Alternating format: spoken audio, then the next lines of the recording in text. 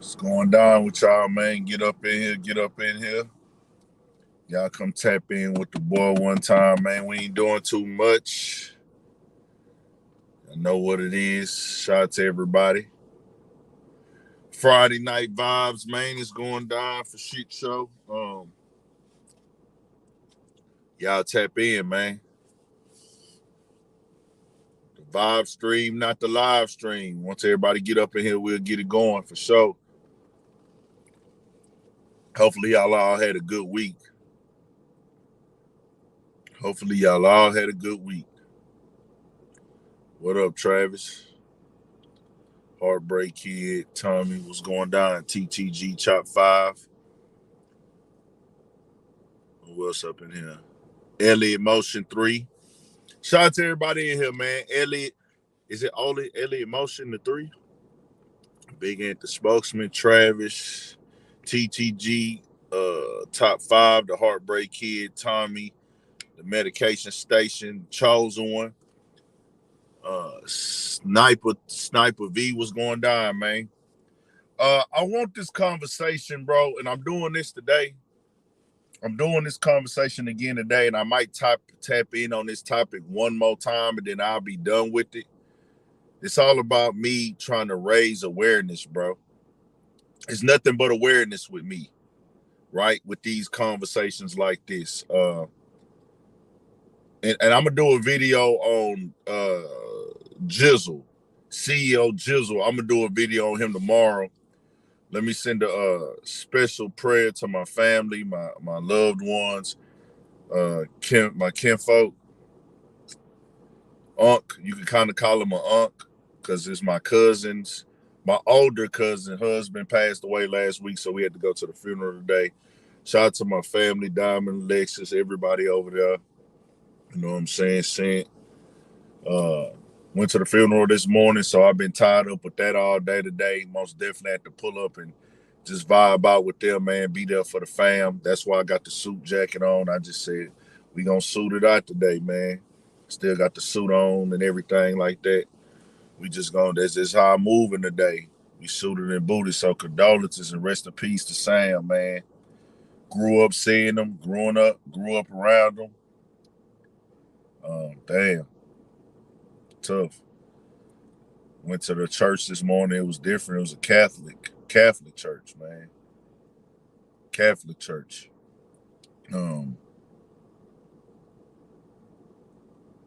Tough, man. Losing a parent is tough. Losing a parent is tough, man. And shout out to the fam. Everybody over there, man. Diamond, Lexus, man. Everybody. Condolences. Prayers up for sure. So let's get to it, man. What y'all want to get into first? It's on y'all, man. Yeah, for sure. I haven't seen him in a while. You know, I haven't seen him in a while. It's been a minute since the last time I saw him, but just being there, I had to go support the fam today, and they taking it pretty good, man. You know, they stand strong, and they all got strength over there for sure. They got a lot of strength over there. They got a lot of strength. That's one thing about them. That they got strength over there for sure. Love them. CEO. Let's do CEO Jizzle then. So, Mr. Jizzle, I woke up early this morning. Actually, not even early this morning. Late last night. Like super early this morning, man. Mr. Jizzle, and I want to say, as I was going to the funeral this morning, when I saw that Jizzle had been shot. I saw that Jizzle had been shot at the concert, in the venue. I said, man, I'm going to a funeral right now. And it's nothing that I can do to change that. What's written is already written. Once again, condolences to my family, kids, everybody. Matter of fact, I'm going to read the obituary real quick out of respect for him, man. Harry Joseph Victor Sam, in loving memory. Services September 8th, 2023. Sunrise December 2nd, 1964. Sunset August 34th, 2000, August 31st, 2023.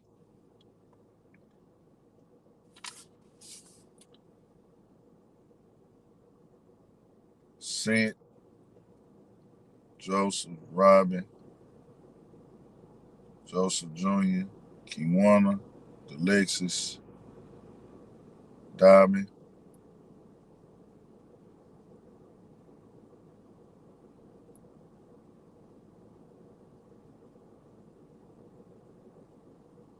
Condolences to everybody, man.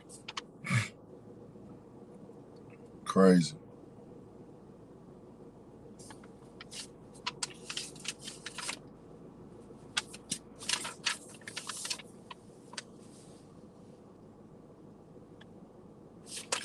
But as I went to this funeral this morning, as I was saying, as I went to this funeral this morning, right?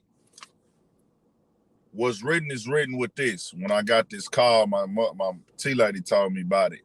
I was like, damn. At first, when she was saying Sam, she was like, yeah, send him. I said, oh man, damn. Nah. So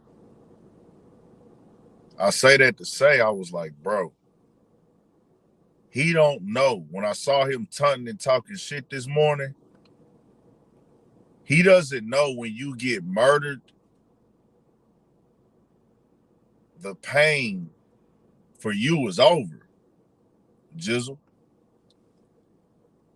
I want you to know that, to Jizzle. The life that you signed up for, Jizzle, I'll never tell you to be soft. It is what it is, you know. You got to wear it head first, because, I mean, judging by the energy you present, I'm pretty sure everybody here saw the post of him earlier this year with the jury and the storyline that goes with that jury.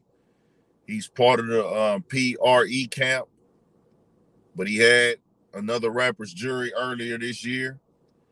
And like I said then, I don't know the circumstances of how he got the jury, but you know, I'll say this: anybody can be robbed, anybody can be took down, anybody can get caught slipping, anybody can be beat up. I want this to be known to everybody, bro, for Jizzle. I woke up, nigga, and seen you taunting, and I said, bro, he don't know that what I'm going to do, this funeral, that could have been your family. See, the thing is, bro, when you pass away, the pain is over for you. And I think that's what a lot of niggas who kind of embrace this death and want to take this demon role and this super savage, and they doing it for the internet. And the only reason I'm saying you doing it for the internet is because you bringing it to the internet for the clout. You want the clout. You care about the clout. When you start doing it for the internet, bro, you have to know that there's family members that love you, nigga.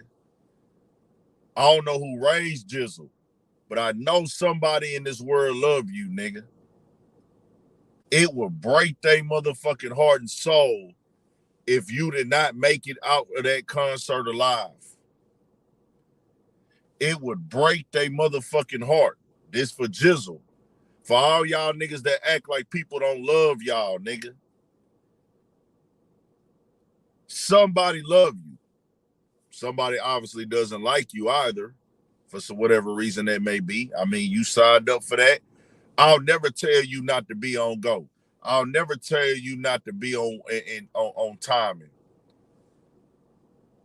I never tell Jizzle, hey, nigga, I understand. You in that. You got to deal with that. You got to face that. It's an old movie, and I can't think of the name of the movie. Y'all might have seen it. I don't know. It was the time of like the Native American days and the Indians, and they had like a religious mission go to a religious mission went to an Indian tribe, and they would stand on the tribe, but they were trying to put Christianity into the Indian tribe. So the Indian tribe, you know what they do, they hunt, they kill, and you know, Indian tribes used to beef. Indian tribes used to kill each other. You know what I'm saying? This Indian tribe versus that Indian tribe. But they was coming to the Indian tribe trying to teach them peace, trying to teach them to find God. Because these Indian tribes used to kill each other. These two Indian tribes is going to get their arrows active, their knives, their axes, whatever they weapons they have. They see each other in the field hunting for food or whatever nigga is up. Just like gang members. Same thing. This they tribe. See, they want you to think that get niggas in gangs, like gang members is the ultimate killers and thieves and robbers and niggas that's killing for no reason when black people are tribal for sure. But everybody has been tribal at some point. Gangs are just another form of tribe. The only thing is now you have laws in place on the land that makes you look like you're an outlaw and a criminal. But back in the day, this same energy and behavior was understood and knew. Survival of the fittest. Dog eat dog. We got to kill them or they gonna kill us. That's how it always went. So this missionary, this religious missionary came into this Indian tribe and then they was like putting God on them. Eventually, by the end of the movie, we'll go to move to the end. They convinced this Indian tribe to accept God and start following religion. And by doing that, this Indian tribe no longer wanted to kill their enemy tribe. They no longer want to kill the enemy tribe. So by the end of the movie, when it goes up, it says the rival Indian tribes came into their land and slaughtered them all because they had found peace and they didn't want to fight anymore. They tried to tell the Indian tribes, hey, we not fighting no more. We found God. We believe in God. We not doing violence. We should not be killing our brothers. They got slaughtered. I say that to say this for people in Jizzle situation. Somebody tried to kill you. I understand you at war. You have to defend yourself. You have to protect yourself, and you got to be on go. You in that.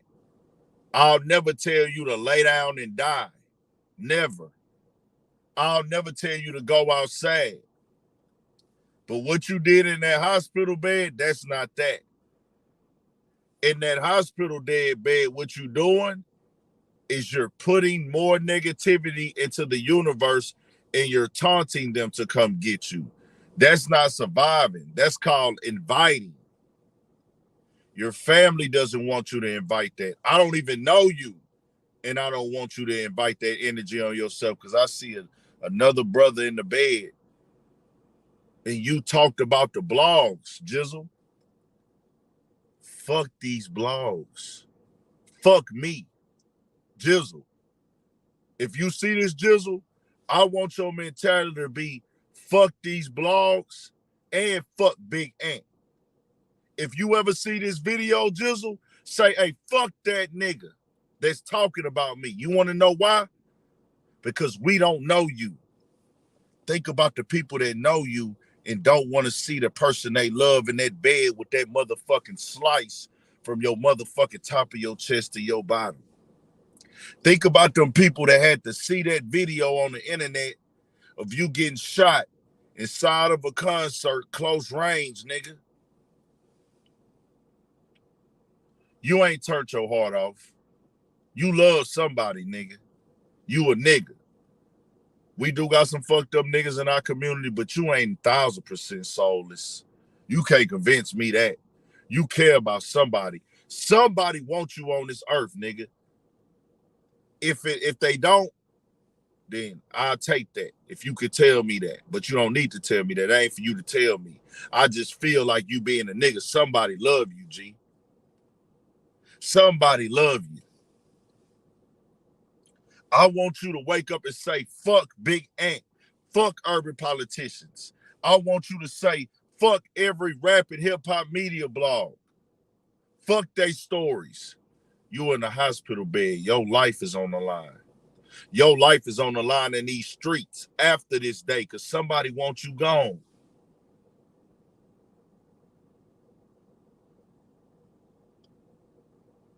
Somebody wants you gone. So your life is on the line. Guess what? If you would have died today, you would have just been another brother that got killed at a concert and niggas would have talked about you anyways. Ain't nothing to prove to these blogs. Ain't nothing to talk to these blogs about. I'll play what bro said real quick so y'all can hear. Just in case some people didn't hear it, just people just coming in.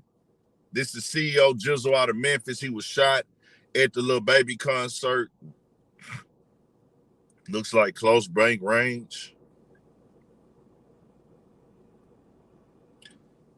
God was watching over this brother, and hey, hopefully, you know, everything will work out for him. Don't know him, haven't heard his music before.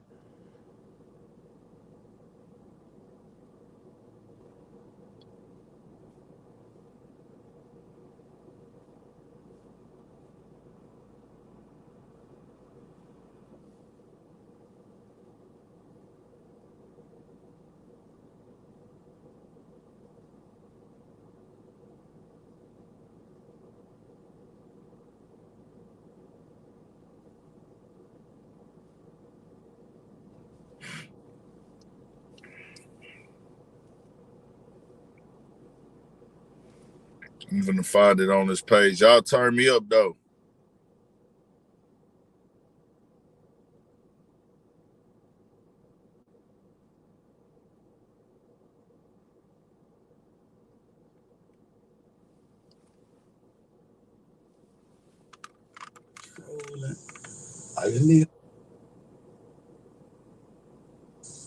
Hey man, don't get on those social media trolling.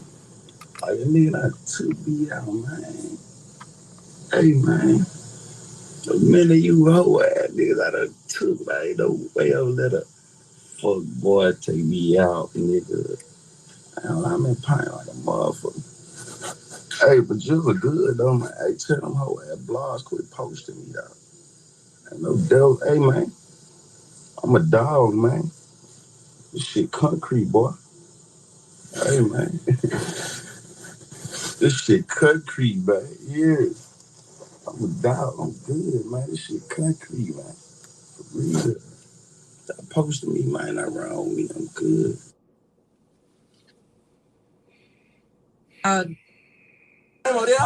Maybe doing. I need you. I got it. In time, I fuck you. Don't pray for me, but you can pray for me. Pray for the ops 10 times hard, yeah. Buddy. Light, man. I'm trying to pray for the ops 10 times hard, yeah. Straight up. Eat my breakfast, kick my feet up, go to sleep. Man, I'm free ball. I'm so mad right now. My just so balled up right there. In time, I fuck you wanna be in first place. Free the ops.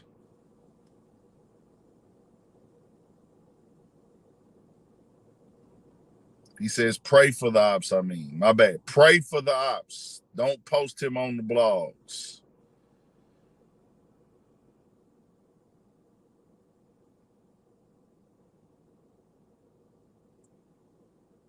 Bro, I'm not here.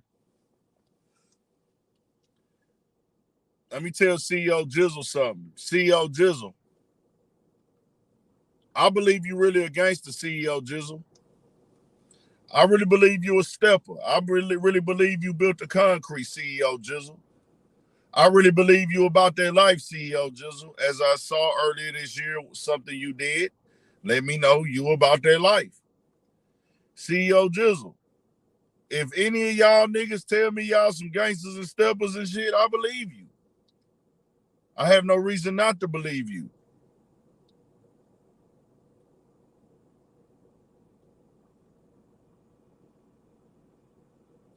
But what I also believe is you could have died. You could have died.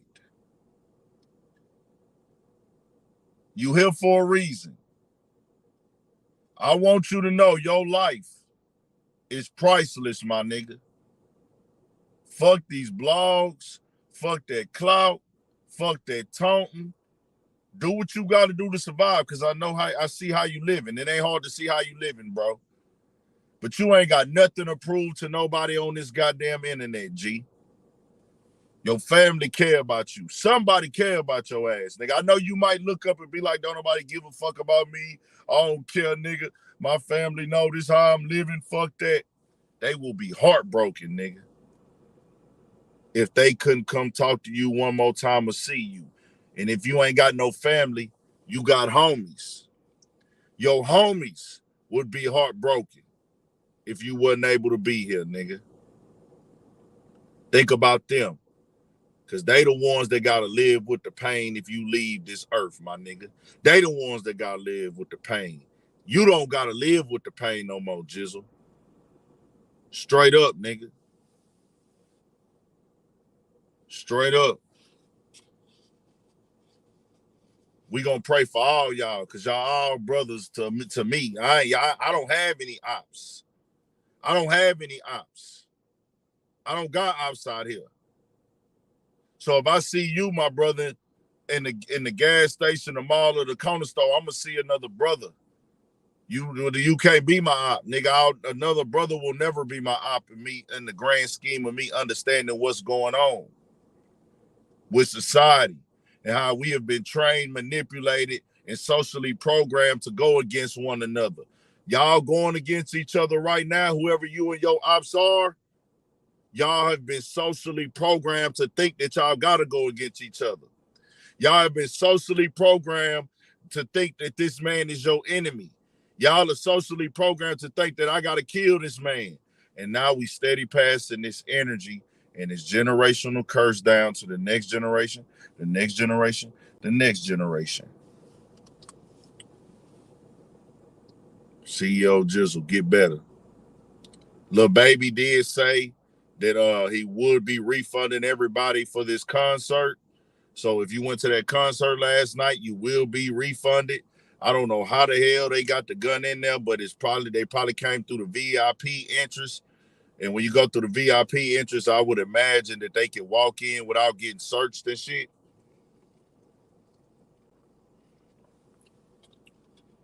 Or a nigga took a gun under his nuts, or niggas slip through. There's niggas that do this. They take guns everywhere they go.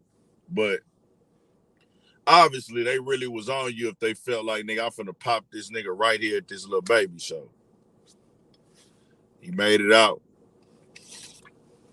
Gotta thank God for him. Let's get to it. More Boosie and 1090J. I want to keep this real clear and productive, bro. I don't have beef with 1090 Jake. I want that to be clear. I'm not beefing with Boosie.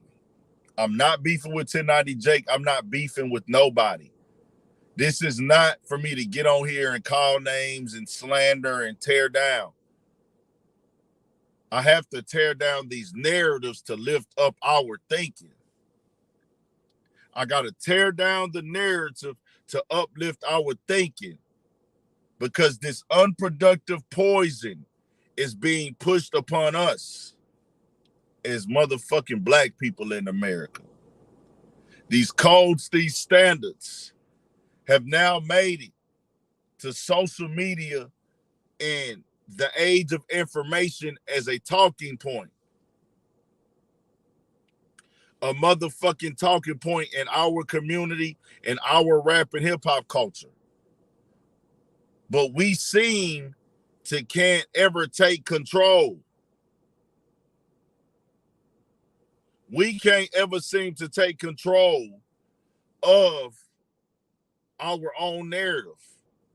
We always got some other motherfucker from the outside that's really not us and that is really not who he say he is telling us what to do, telling us how to move, telling us who we should and shouldn't fuck with, right? So it's so many layers of conversation, and all of y'all are not going to get what I'm saying. All of y'all are not going to be able to understand it. I don't fuck with people who snitch in the form of, I am not going to do anything to anybody. Aint is not going to shoot anybody. Aint is not going to fight anybody. Aint is not going to look up any paperwork. He's not. Aint don't care really who told on who. Y'all are not my homies. Y'all are not my friends. Y'all are not telling on me. I'm not breaking laws. I'm not doing any of that shit.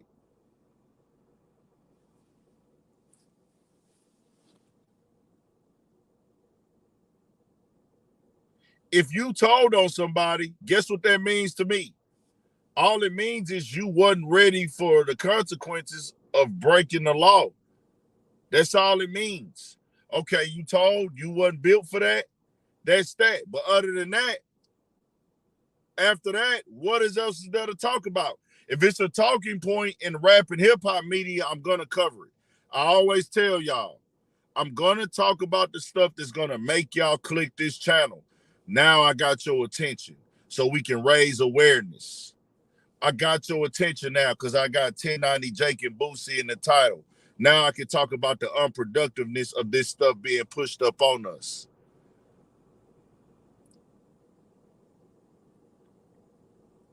Let's talk about it.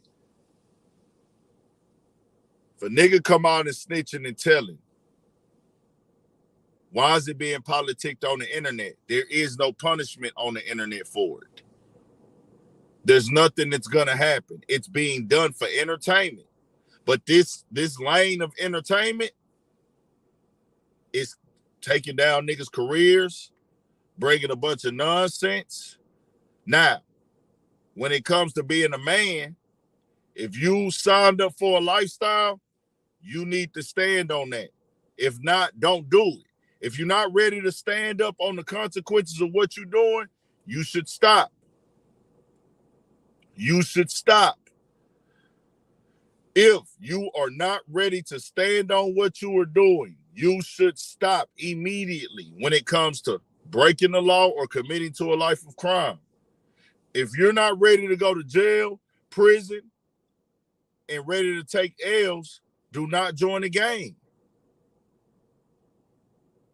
Do not wear the title of being a street nigga, because there's going to be so many things you're going to have to face that are unfair.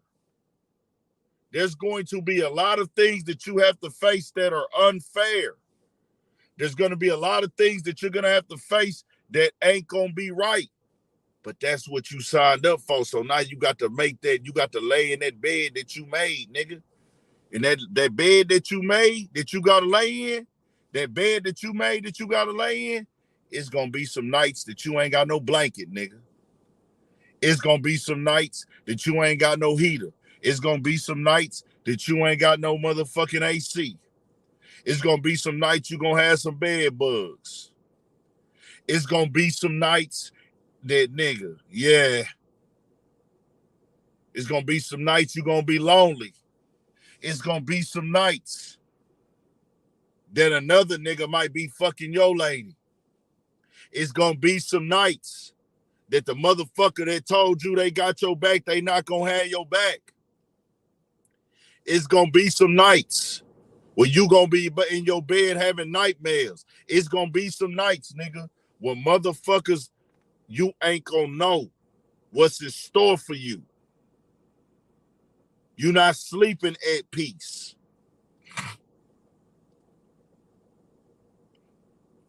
So I say that to say this. That's what come with that. But it's a lot of niggas. When they got in that position, they said, fuck it. I'll ride. Shit, it's like 14 of them on trial with Young Thug right now.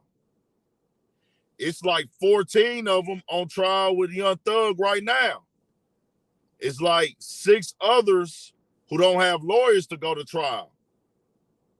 But the other 14 that are on trial or took it to trial, they said, fuck it. I'm willing to do that. I'm willing to lay in that bed alone.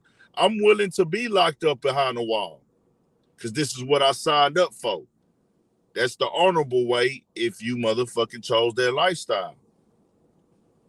This the thing. Why is that being pushed to mainstream media and promoted on mainstream media?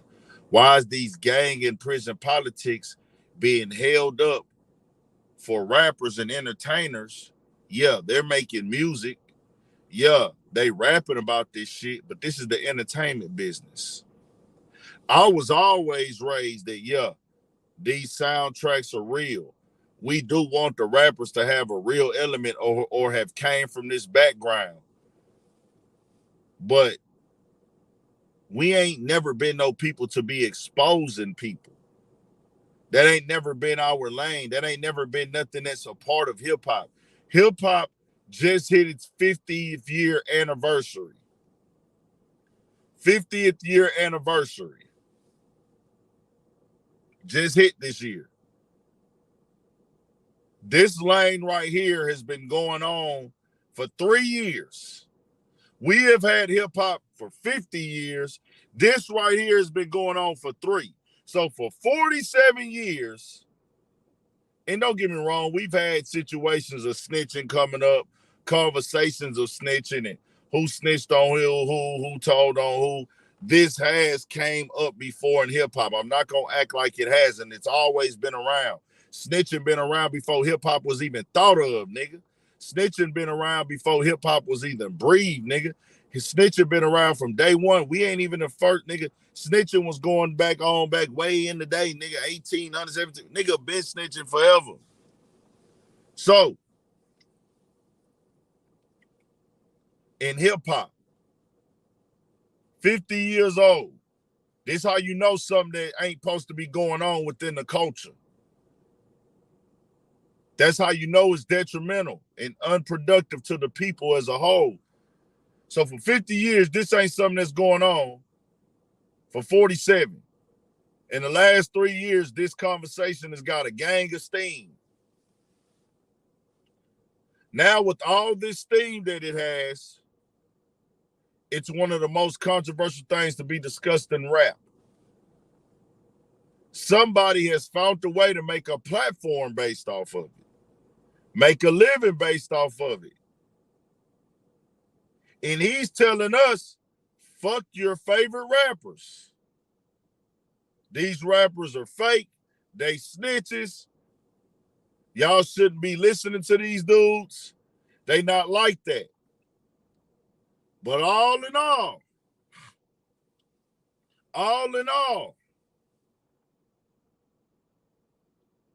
all of this was said and done. All of this was said and done and perpetuated. And the guy that was running the whole thing, he wrote out a statement. I have no issue with that. My only issue is you trying to put this on us and you're not living like that. You didn't stand up in that time.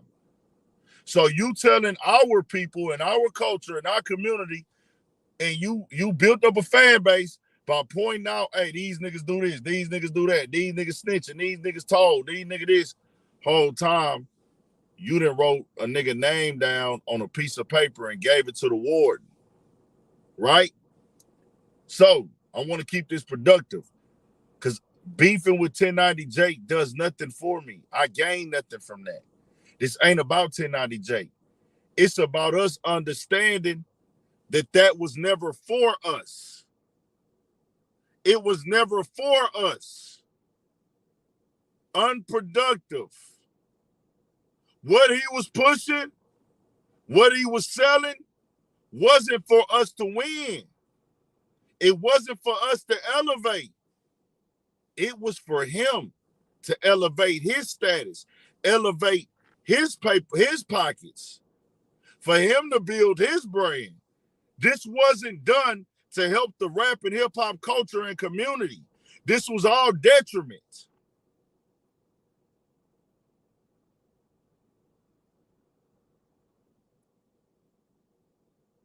Scared of what?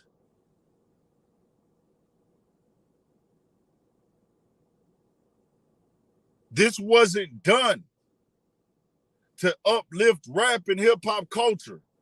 This wasn't done to boost album sales. This wasn't done to put money in these rappers' pockets.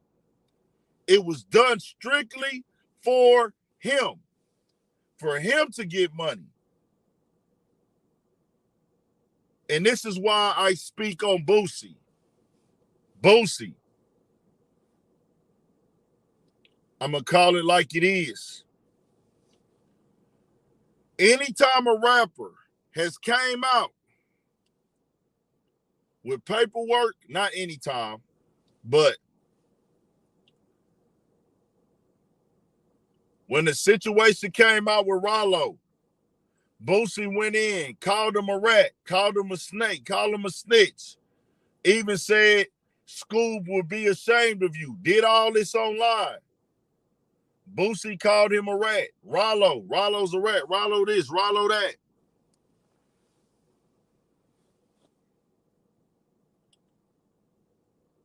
I have only one. That was that. That was that. When Kodak Black did the feature with 6ix9ine, Boosie went in, went live. Kodak Black sold his soul, is this, is this, is that. Who else? Gunna. Went in on Gunna. Went in on Terrence Gangsta Williams. All right? You went in on Terrence Gangsta Williams when all these allegations came up on all these people. We know Terrence Gangsta Williams told on the dead, whatever. You had a lot of issues. You had a lot of problems. These niggas is rats. These niggas is snitches. These niggas this. These niggas that.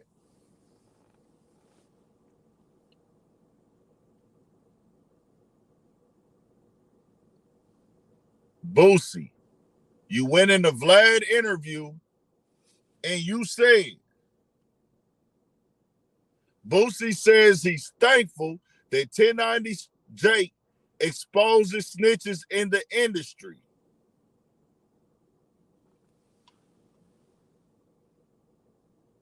Boosie says he's thankful 1090 Jake exposes snitches in the industry. 1090 Jake did an interview with Vlad. Boosie goes in the comments, turn it up. I vouched for you to get that interview. I vouched for you to get that interview.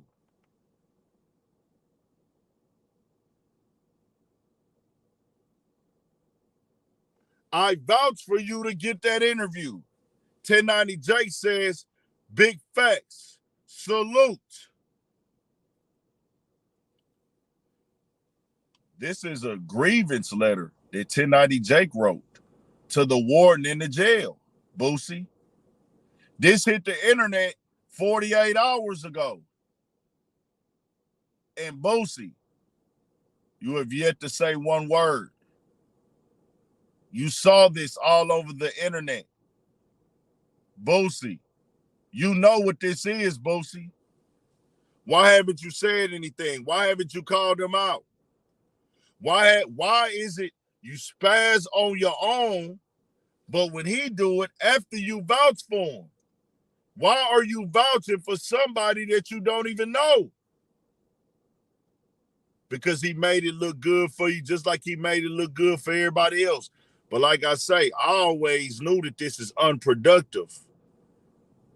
I have used 1090 Jake videos before when he has became the trending topic online. As I tell y'all, I'm going to be the trending topic. I'm not going to be the trending topic. I'm going to speak on the trending topic. That's where the eyes are. That's where you're going to get the most growth at. That's where you can make money at. I'm not going to come on here and cap with y'all. As I tell y'all all the time, I give you the facts of what's going on because it's a trending topic, but I don't give a fuck about that snitch and shit. I don't give a fuck that 1090 snitch, nigga. I don't give a fuck. I don't give a fuck if 1090's a snitch or not. I don't give a fuck if any of these niggas are snitches or not. You want to know why, nigga? Snitches been around forever. And guess what? I'm not finna do nothing to them niggas. I'm not finna fight these niggas. I don't look up paperwork, nigga. I don't care. If y'all want to know the truth, I don't care if y'all want to know the truth. It don't matter to me who told and who didn't. I'm not pressing no street line. But for our narrative, this man had our people vouching for him, saluting him. He became a gatekeeper in our culture to a certain extent. A nigga calling shots. Calling shots about shit in our shit. And the whole time, it wasn't even real. Boosie, I'm talking to you and my people. Why y'all haven't called him what y'all call y'all own people? This ain't about him. He just the talking point. I don't get nothing out of going at, bro. He white. Are y'all really shocked? If you tell me a white boy wrote a letter to the warden, am I supposed to be shocked? Am I supposed to be shocked? I'm from Texas. Whenever I see a motherfucking white boy acting black, it's already like some questionable shit to me. Just keeping it all the way 1,000. Whenever I see a white boy acting black, it's already questionable. The only reason it won't be questionable is if I grew up with you. If I grew up with you and you white, then it's like, all right, cool. I grew up with this nigga. He went to middle school, high school with me, or I've been around him for a long time. We've been knowing each other. We like, I know he's cool. I don't give a damn if you hung with 100 gangsters over there. As a white boy, you could be a white boy that be standing with 20 gangsters that's black. You could be a white boy that's standing with 20 gangsters that's black. Real steppers, real hitters, real shooters. If you the white boy over there, I'm still going to question what you is. I'm going to still question what's the point. I'm still going to question what's the purpose of this. I'm not finna do nothing to nobody. I'm not beefing with anybody. I'm grown. I don't have time for the unproductivity. But I will raise awareness on these topics. There's gangsters. Niggas that's claim they gangsters. Niggas telling me they real gangsters, real penitentiary niggas, trying to tell me I'm not qualified to speak on this because I never been to prison. Because I'm not a gangster. Because I'm not a nigga out here trapping and stepping and robbing and gangbanging. How am I qualified to speak on it? Really? So niggas want you to think that because you never been to prison, you can't understand the storyline of what happened in the black and white. I don't need to go to prison to know if you write a letter to the warden and you put another man's in that name in that letter, that's telling. A warden is basically a cop. He's an authority figure. You wrote about a crime.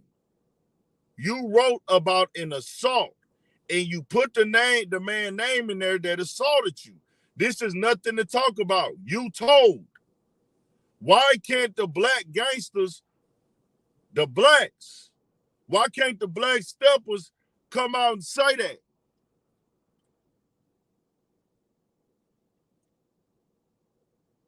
Why can't the black gangsters come out and say that? This ain't about him. This about us.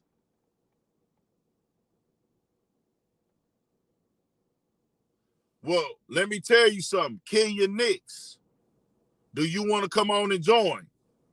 Kenya Nix, You have 1 minute to type on, not even that. You got 30 seconds, Kenya Nicks, to let me know, are you going to come and join? Yes or no? I'm going to drop the link for you. Kenya Nicks, I'm dropping the link for you, nigga.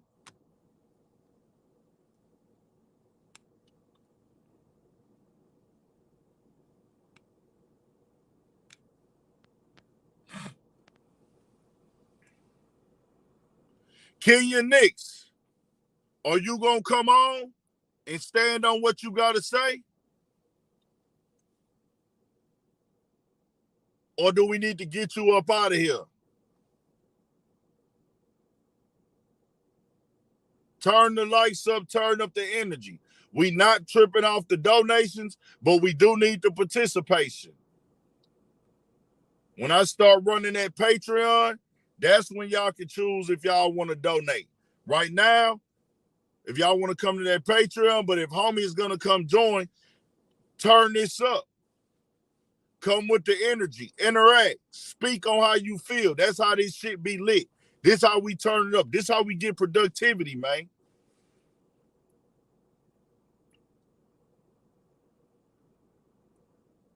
Oh, he don't want to come on? Okay, cool. Thought so.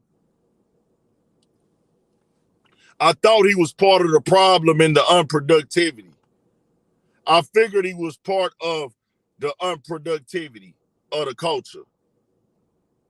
Niggas create burner accounts. Grown men wake up, put on their clothes, if that, and go right to their phone and talk from fake accounts. Hey, any of you trolls that do that,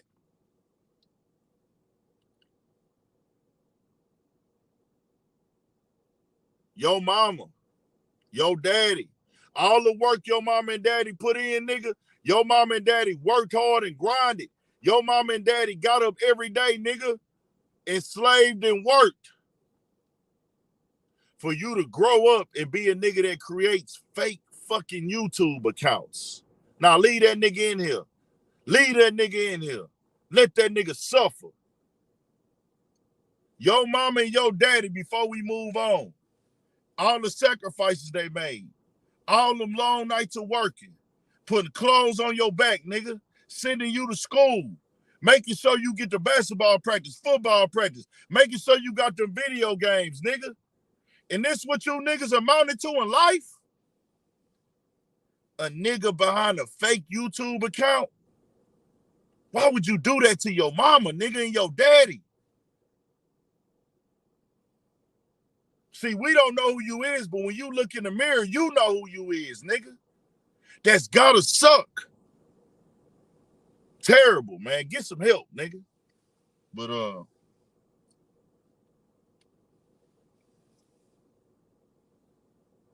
this man told.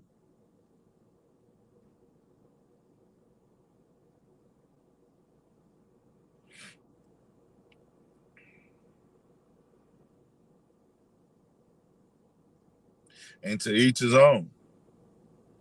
But what we're not gonna do is have these narratives that these things are not true, bro. We're not gonna create these narratives. We're not gonna make this be a thing of, hey man, nah, nigga, that shit happened. He gave that guy up. He told on that guy. It don't matter if they already knew what happened. You don't help the investigation in no form, shape, or fashion. Are we all on board there with that? Is that all the way understood with everybody?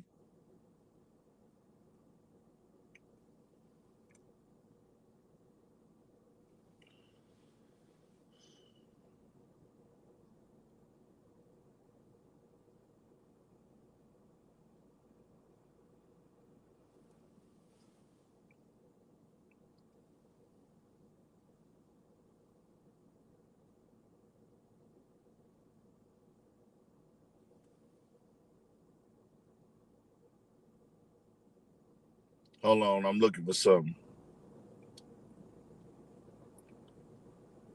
So what he said is writing a grievance is not the same as snitching. And if you haven't been to prison, then you wouldn't know that shit. 1090J. A bunch of people who've been to prison is saying it is. But guess what? 1090J, we not worried about you. You can do what you want to do, 1090J. You can believe what you want to believe.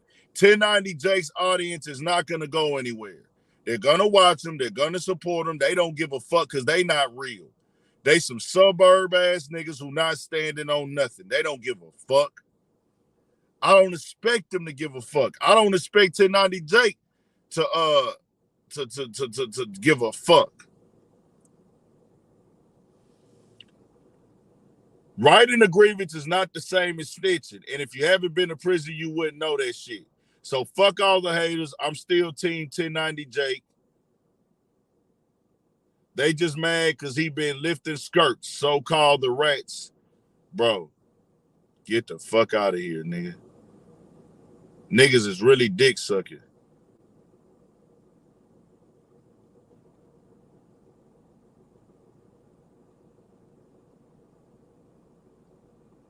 You wrote a grievance on another inmate. You can't mention nobody else's name in no goddamn grievance, bro.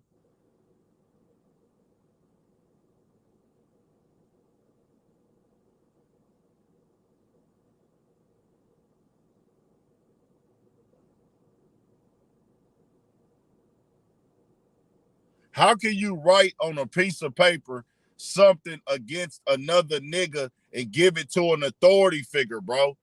Y'all ain't finna twist this up with us. Y'all ain't finna make us think we crazy, bro. That's cool.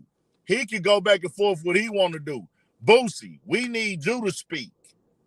And if you not gonna go with him, Boosie, and denounce him, if you're not gonna address this, do not speak on nobody else snitching business or street business, Boosie. And that's not coming from a gangster. This ain't coming from a gangster, Boosie. This ain't coming from no stepper. This coming from a black man. If you not gonna address his, don't address no other brothers. My issue is this. We attacking each other as brothers, but niggas ain't setting them straight. But guess who getting all the money? Them.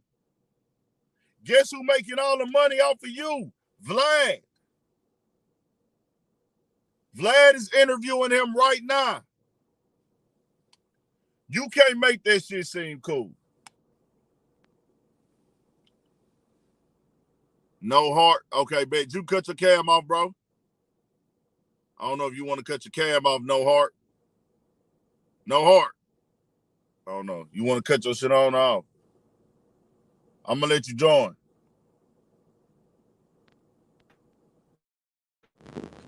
Yo.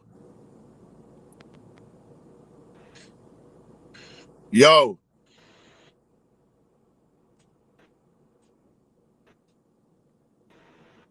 No heart mode.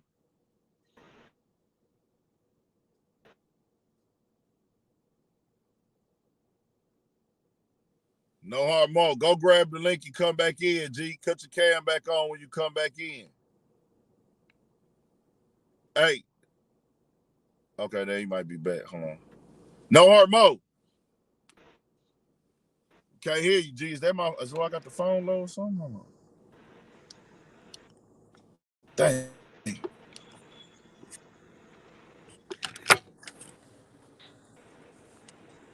No hard mode. Yo.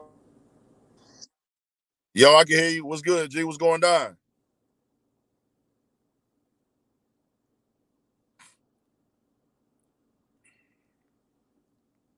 No hard mode.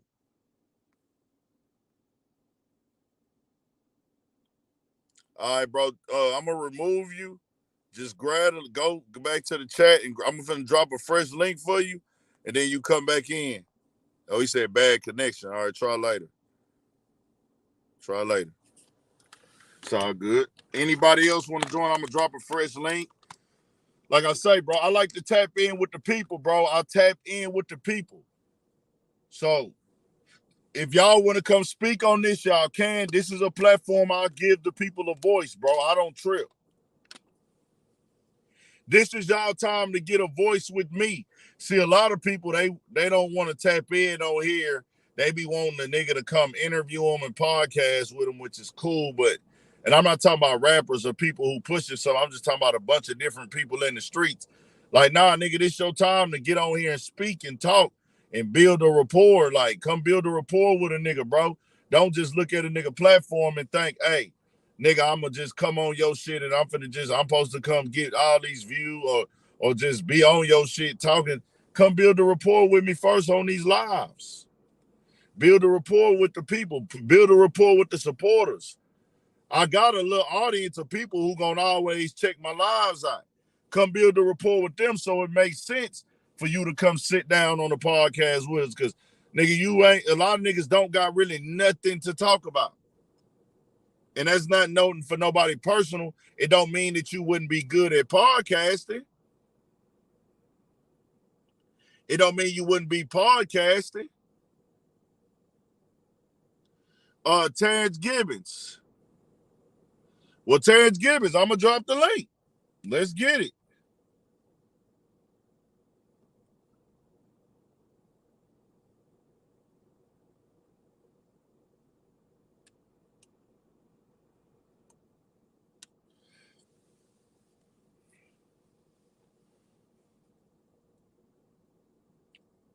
Anybody that wants to call in can call in. Or not call in, grab the link. If you have some input, the link is for everybody who want to have input to come put in on this topic. Vlad, we're going to move on to Vlad.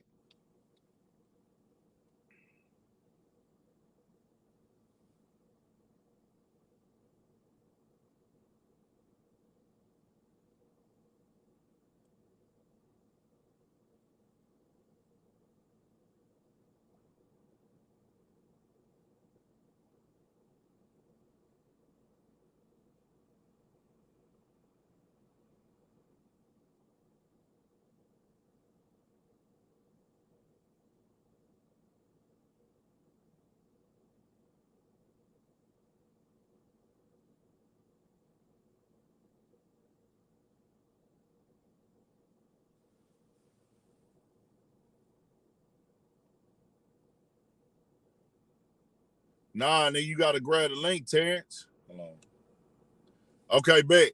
I'm bringing you on. Okay, bet. If y'all want to cut y'all cameras off, cut them off now. I'm finna bring both of y'all.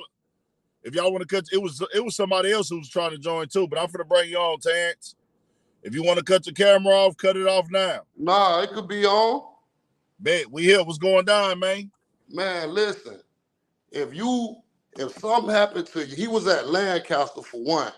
Lancaster's account, I was at that shit where them crackers run it, bro. They call it Clancaster because them crackers be racist as fuck out there, right?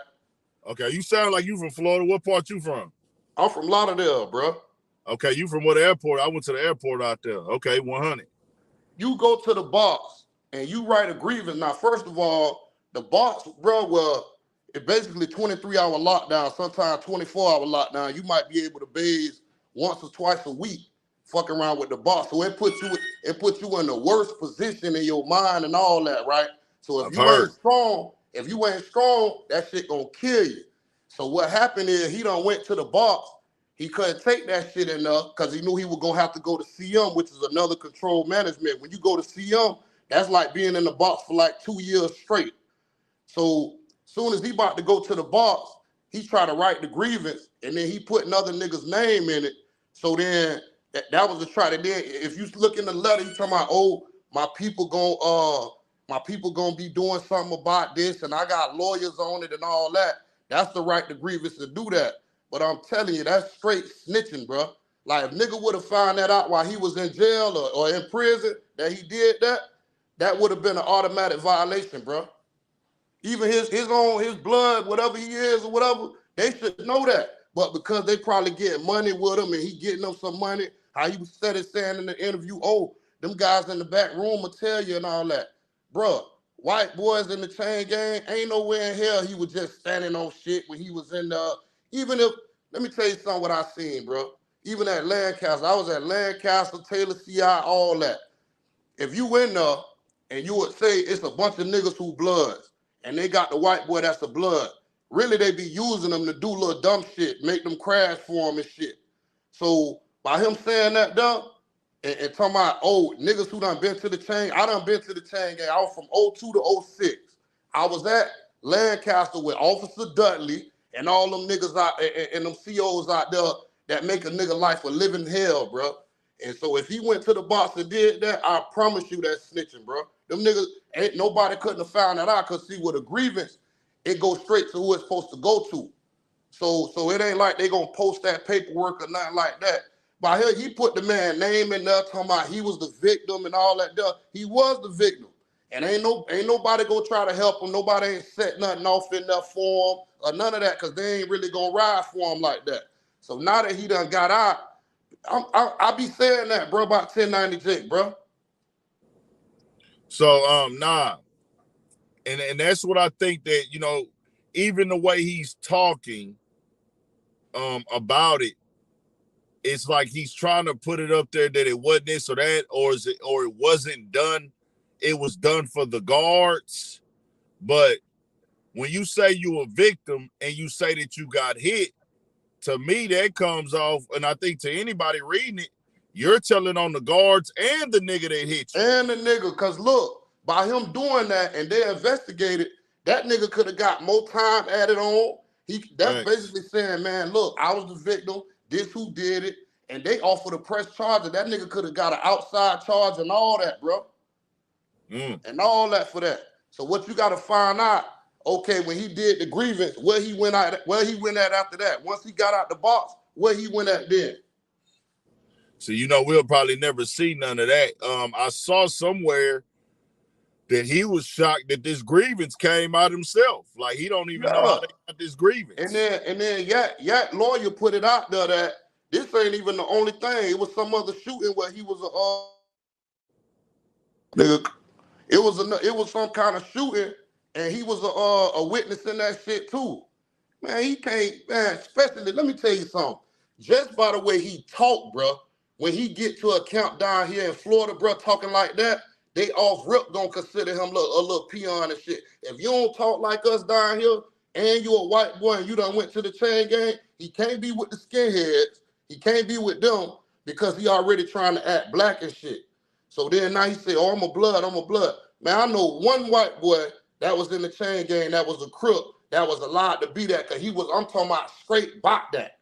You feel me? And I hope the nigga who he naming and all that can come out and actually put this story out there, bro. Because that man wasn't like that in no chain gang, bro. So, he wasn't like that in prison. It's that, bro. It's a dude that one of the dudes he got into it with, he the one that says 1090 Jake told on him. Yeah. So that could get a nigga. He was trying to get himself out of it and trying to put him in the mix and basically saying he the victim in it all. He got the lock in the sock and all, or the rocks in the sock, and he got hit with it and all that stuff. Man, please, man. So man, like I say, so look here. I want this part to be understood too, though, right? So people get it. If he wanted to just tell on the COs, if he wanted to just say what the COs did wrong, can he right there without talking about the fight? Hell yeah. That's common sense. No COs. Hey, no, for me, that's common sense. I don't have to even think about that. Like, I know that off rip when he talking, like, bro, you didn't have to write that nigga name. That was a choice. Yeah. You were supposed to write that man name. So you could have went and said, hey, man, there was an altercation that I was hit in by an inmate. But the COs came and attacked me. That's all. He could have said that and been done. Yeah, because the way it work in the chain gang, even if you the victim, okay, I go and I little boy you, I swing on you, whatever, we get into it, and I started it. That shit do not matter. Both of us gonna go to the box for 30 days, 60 days. They might, depending on how bad it was, they might send a nigga to see him or something like that. But they definitely ain't been you done wrote the little grievance. He did it. He did it. They ain't gonna believe us anyway, because we inmates. So they're gonna go with what they're gonna go with, period. He wanted to put that story out there, and by that, okay, you done wrote the grievance. Now you done put this man's name in there. Something could be done to him now because you done sat there and did that. He tried to play the little victim white boy in there, and that shit ain't work, feel me? Because they gonna go with what they gonna go with, period. But he trying to act like he the white boy that just got swung on and he ain't do nothing about it and all that. But you put the man's name in there. So that nigga could have got way more time than that, because now they gonna investigate whether he did that or not. They gonna go to the cameras and all that. So if that ain't snitching, then what is, bro? Bro, and I want to say this, right? I've got told by a couple people over the time frame of me just doing YouTube, and it was mostly probably this year, right? Because your YouTube channels, they grow more and more every year. So I hit more subs this year. So people been coming and telling me, like, at times, like, they'll be on the phone, like I might be on Clubhouse or on YouTube Live, and niggas will join, and they try to tell me that I'm not qualified to speak on these street topics and prison topics because I never been, right? Yeah. But this is my thing. That has nothing to do with me being able to look at a fucking letter that a nigga wrote and saying that he wrote a man's first and last name and said he hit me, and then he turned that letter into the warden. Do I need to be a gangster or part of a gang? And he did it twice. No, you don't need to be part of that. That's bro. Okay, so I'm asking you because you a nigga that been to that same prison. What, bro? When we grow up, right? If I grew up in a black neighborhood, been around black people my whole life. I'm black, obviously, nigga. I've been around niggas, nigga. I'm a whole nigga out here, bro. Nobody sit us down as kids and explain to us what snitching is. We just learn it. Like, hey, bro, from different movies and shit that we done picked up along the way. You pick it up so you know. It's an unwritten law. It's an unwritten law, nigga. You don't go out here and you don't tell on people. So you damn so as if you a nigga. And this is why I separate the two. If you a nigga, you don't go turn another nigga in to the white boy. To the white man. You don't go write another nigga name down on a piece of paper and say he did something and hand that to the white man. You giving him up to the slave catchers. Thank you, bro. And if something can be done about it, if you done wrote this man's name in there and you played the victim role and all that stuff. Now, more time could have been added on to his shit. How the hell that ain't snitching? Even if it wasn't, you giving the nigga that run the penal system there information on other inmates. And he did it twice. And guess what? Let's just say the grievance would have went through. When the grievance go through, they come interview you. Now they gonna say, look, whatever the man name is he put in up, what did such and such do to you? Now he gotta explain that shit with the camera rolling and all that. But because it ain't get to that, because them grievances don't mean shit in prison, bro. They do whatever the fuck they want to do. It ain't gonna matter about no grievance or none of that, bro. Yeah. He said that himself. He said, nigga, that shit don't even work. Then I'm like, all right, bro, if it don't work, why'd you write that shit? Why you did it then? He tried to make it seem like he couldn't take that pressure in that box. What, Lancaster box? Man, they try to feed you some shit called what that shit called, bro? They used to try to get a nigga at Lancaster, bro. And say we used to beat on the door. Nigga be so fucked up in you beating on the door just to pass time. You feel me? Nigga would be like, man, I'm finna get sprayed today. Just to pass time and get up out that cell. A nigga beat on the door and get into it with the cracker just to get sprayed. He couldn't take that pressure.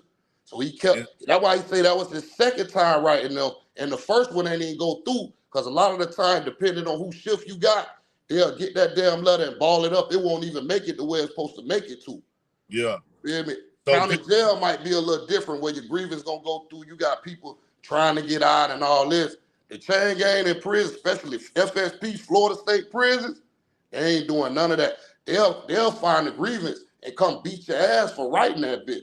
So he was really trying. And I most definitely believe that the guards are dirty, but he is pushing it like I did this strictly because of what the guards did. Nah, bro. And then what the I guards don't even did, think. I don't even and I think he did put this on. He even spent it like, hey, y'all be telling them when y'all when the cops kill somebody, black people be marching and shit, and they be calling for the police to get arrested. And when Kodak Black went to prison, he was writing up stuff on the guards, and he's trying to compare it to that. And I said, no, nigga, that ain't that.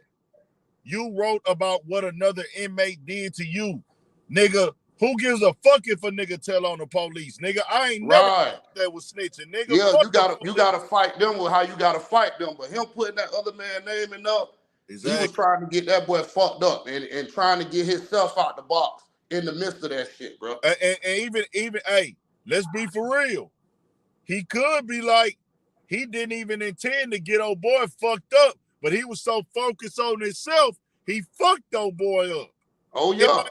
It might not even be your intention, but you did what you did, nigga. In that game, it ain't based off of your intentions. It's about what you do. He ain't have to name him, though. Exactly. He ain't have to name him to get his point across. Sense. I know that, bro. If I was in there, or if I went through something like that, I know I'm not writing another nigga name on this paper because I know what that means. That means I'm giving him up. That means I'm giving them information on this man. That means I'm confirming he did something. That means I'm documented as part of this case. And if he would have said them boy would have found out, okay, he done wrote that shit, and they would have let him out the box on the same count where that boy was at, they would have fucked him up for that. You can't talk to the police about nothing except for the tell on another police. That's it. And bro, and like I said, bro, for me, this ain't even about, I'm glad you came up and spoke. For me, it ain't even about him telling because, he's white. I never look at no white boy like he's a super tough gangster with black people. Don't let them tattoos fool you, man. Take them tattoos off that Come on, my nigga. Like, niggas be having tattoos all in their face. Man, niggas been getting tatted since a nigga was a fucking kid. This is nothing. Like, nigga, that's nothing to me. Nigga got niggas he grew up with that got shit all over their face, whatever, bro. Nobody, that don't mean shit. Now, this is the thing. I'm about us going at us and tearing us down, but we letting him control this narrative and push this and tell us what rules we need to follow as a white man, but he not even following those rules. Oh, and look, with Boosie, bro, it's like you dead ass right, bro. The man so I'm talking about within 24 hours, he come on that, man. This person here done did this. Nah, I can't fuck with him. This person done did this. Nah, I can't fuck with him. Come on, bro, with all that. But then this man do it and you ain't, because it's probably going to be beneficial to him to not say nothing. He go off what really benefit him. Well, bro, Pete, do you know he co-signed this dude? Yeah. Multiple times. He vouched for him. He put him in the door with the Vlad TV interview. Yeah, man. He really seemed like with Kodak, it almost seemed like bro was hating on Yak because his son was supposed to do a feature with him, and Yak ain't end up doing it. Probably got too busy. I can't speak for Yak and say why he ain't do it. But down here in Florida, in Broward, where I'm from, I'm 15 minutes away from 1800 block. Bitch, I'm 15 minutes away from where Yak done be. I got licks over there and all. So I'm telling you, bro, niggas ain't looking at that like that with Yak, bro. Like a nigga like, damn, bitch, he did the song with 6ix9ine. Oh, he made $1 million or $2 million and talked about the nigga on this song. Man, fuck that. I would have got that money too. See, it's them niggas who hating. Looking at it. Yeah. It's them broke ass niggas who, oh nah, he shouldn't have did that. It's them little hating ass niggas saying that shit, man. We fuck with Yak 1000 down here. Hey, bro, I'm like this, right? It's morals and principles over everything with me. Yeah. The only reason I would say for me, right? I'm not gonna tell Yak to not do the song. I would tell Yak, hey, bro, I want you to know my problem with you doing the song with bro would be the fact he don't fuck with us and he doing it to antagonize us. But he did it to try to get somebody from our way to basically co-sign for him because nobody won't fuck with him because of that. Exactly. So it's not like he really fuck with you, Yak. He using you. That's my thing. But if you looking at it like this, Yak, I'm finna diss this nigga. This a quick lick. Fuck it. It ain't nothing but You a feel song. me? That If man got to feed his family at the end of the day. And I'm gonna tell you some real shit, bro. If you go look at Yak Instagram, I'm probably still on that nigga Instagram page right now. Yeah. That nigga posted the podcast and shit on his page. Yeah, we fuck with you, bro. We fuck with urban politics down here, bro. Hey, You be giving it real, bro. When you sit up there in the yard and you get up and it be like a nigga sitting right with you right there in the yard and we all politicking about that shit. We fuck with you, bro, for real. It's love, and I say it's love with me, and I just fuck with Yak just off. I know this nigga got an old nigga soul, and he love that music, and he great. Yeah. He great at the music, but I was like, hey man, I didn't want him to do it off the strength of, I know this other nigga intentions is fucked up with you. I know he ain't, I don't want no outsider using my people. You feel me? But if Yak, that's what you want to do, bro, you ain't breaking no laws with the nigga. You ain't rocking, you ain't da-da-da-da. And I know that the shit gonna fall on dead water. The shit ain't finna last. But a million or two, bro, for 12 or 16 bars, and he put, man, get cheese with a rat and all that. Man, imagine that shit. You done paid a nigga $2 million just for him to diss you on your own song. To me, nigga, that was art. That was masterful, bro. That nigga ripped that shit, bro. And Pete, I'm gonna tell you like this. We not comparing no niggas telling on no COs. Me. This is me. I never been in prison. I'm not in the gang. I'm not a gangster. We not comparing a nigga writing up his CO for beating them or starving them or putting their names down for mistreating them to no nigga who's writing on another inmate that he got in an altercation, man. These niggas be to control and make their own narrative about what happened. Bro, you can see the whole fucking letter on the internet. It is what it is. And you could go all the way back to Attica with this shit, bro. When them COs fucking a nigga over, not feeding the nigga and all that, yeah, you gotta report that shit because bitch, that's the only way something could be done about it. You can't say in the chain gang, oh, this officer did, let me speak to the sergeant or the captain or some shit. Cause they not gonna do a motherfucking thing. They down with it too. So the only way to get something done about that shit is writing a grievance on them and shit. And hopefully it get to the right person who gonna do something about it. But that shit been going on for years and years and years. That ain't never been called snitching, bro. And I'm gonna be real with you too, bro. I know the game didn't change, but I was telling them earlier, hip hop turned 50 years old this year, right? Yeah. Way before I was even thought of or made or came out the womb. My nigga, let's be for real. When have we ever seen paperwork politic in rap and hip hop culture? Like that's a thing. Let's politic on prison yards and make this a part of rap. Like we gonna expose paperwork. That's some shit that's been going on for 2-3 years, and look who did it. A white man. Yeah, a white boy. A nigga could never. Exposing nothing but niggas though. Come on. Every now and then, once a nigga done said something about it, now he want to put a little white boy or Chico in the mix and shit like that. But this man literally making a living off of that shit. Like he done fucked Boston Richie up because Boston Richie spitting. I'm talking about he spitting 1,000. I love Boston, but it's like, nah, he done made it to where a nigga can't be like, oh boy, I'm finna go to the Boston Richie show tonight. Because he done put it out there and got the man in it. He fucked up that man money for real, bro. Boston Richie was finna take off, bro. What you mean, bro? Right now, it was like this. Last summer, when Boston Richie started taking off to everybody, because he was already doing his little rap shit, when he started taking off summer, going into winter, it was Boston Richie for the niggas, and it was Glorilla. Yeah. That was bro. It was Glorilla and Boston Richie. They had it.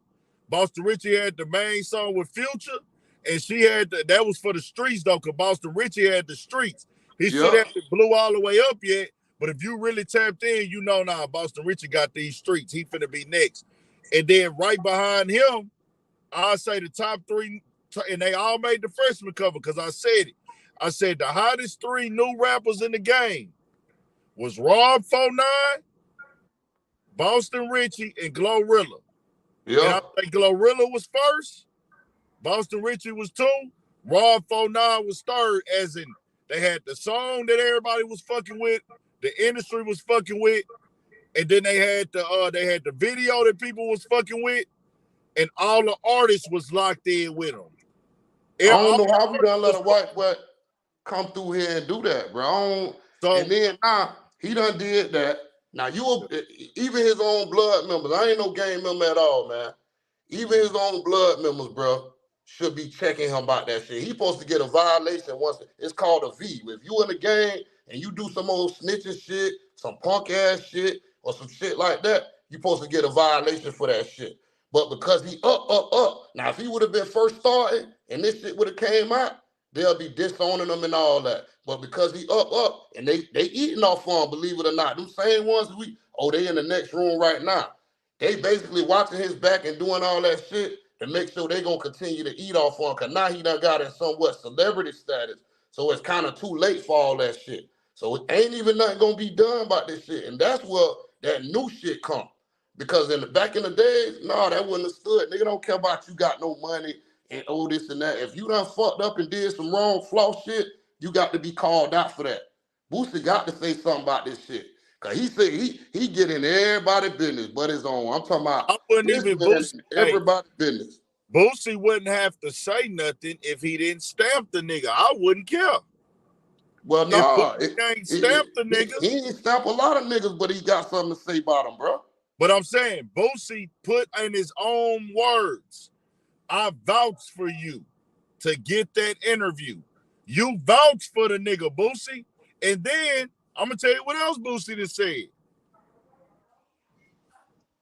He said,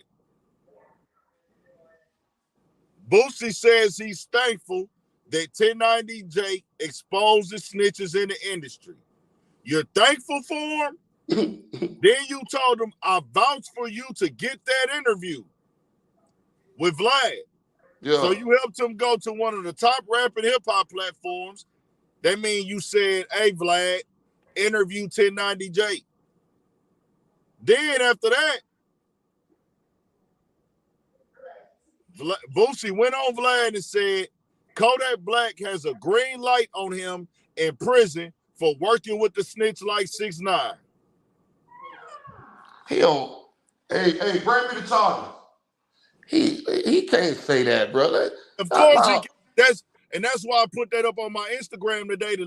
We have to tear this unproductive shit down.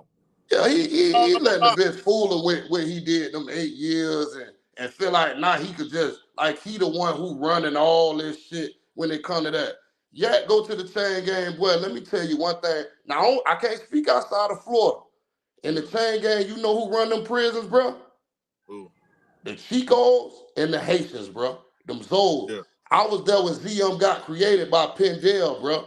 Back in the days, I'm talking about when this shit first came about, I checked anybody records, bro, and said, if that nigga who was in the chain gang prison with me back in them days, put a stamp on this, man. We was under the pavilion when ZM and ZMA got started, bro.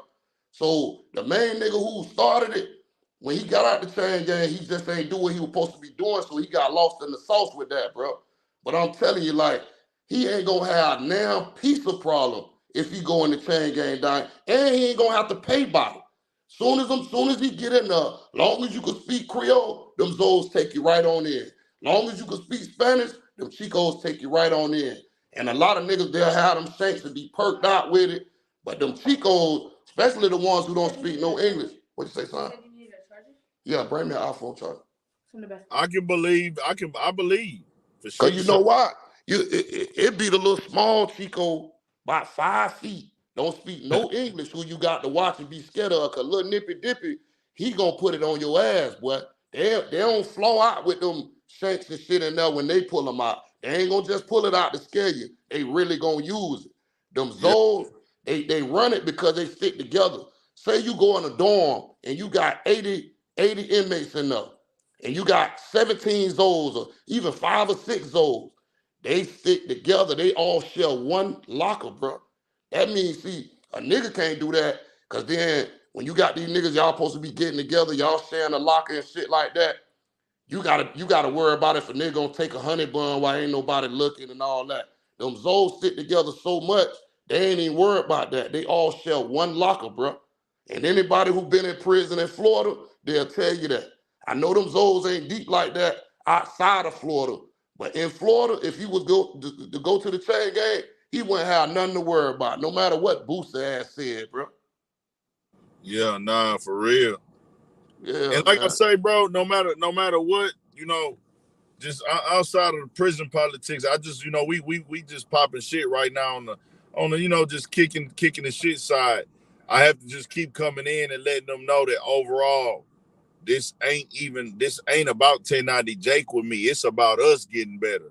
It's Yeah. about us to stop tearing each other down. It's about us trying to shit on each other and bringing these unproductive prison politics and paperwork shit into rap and hip hop.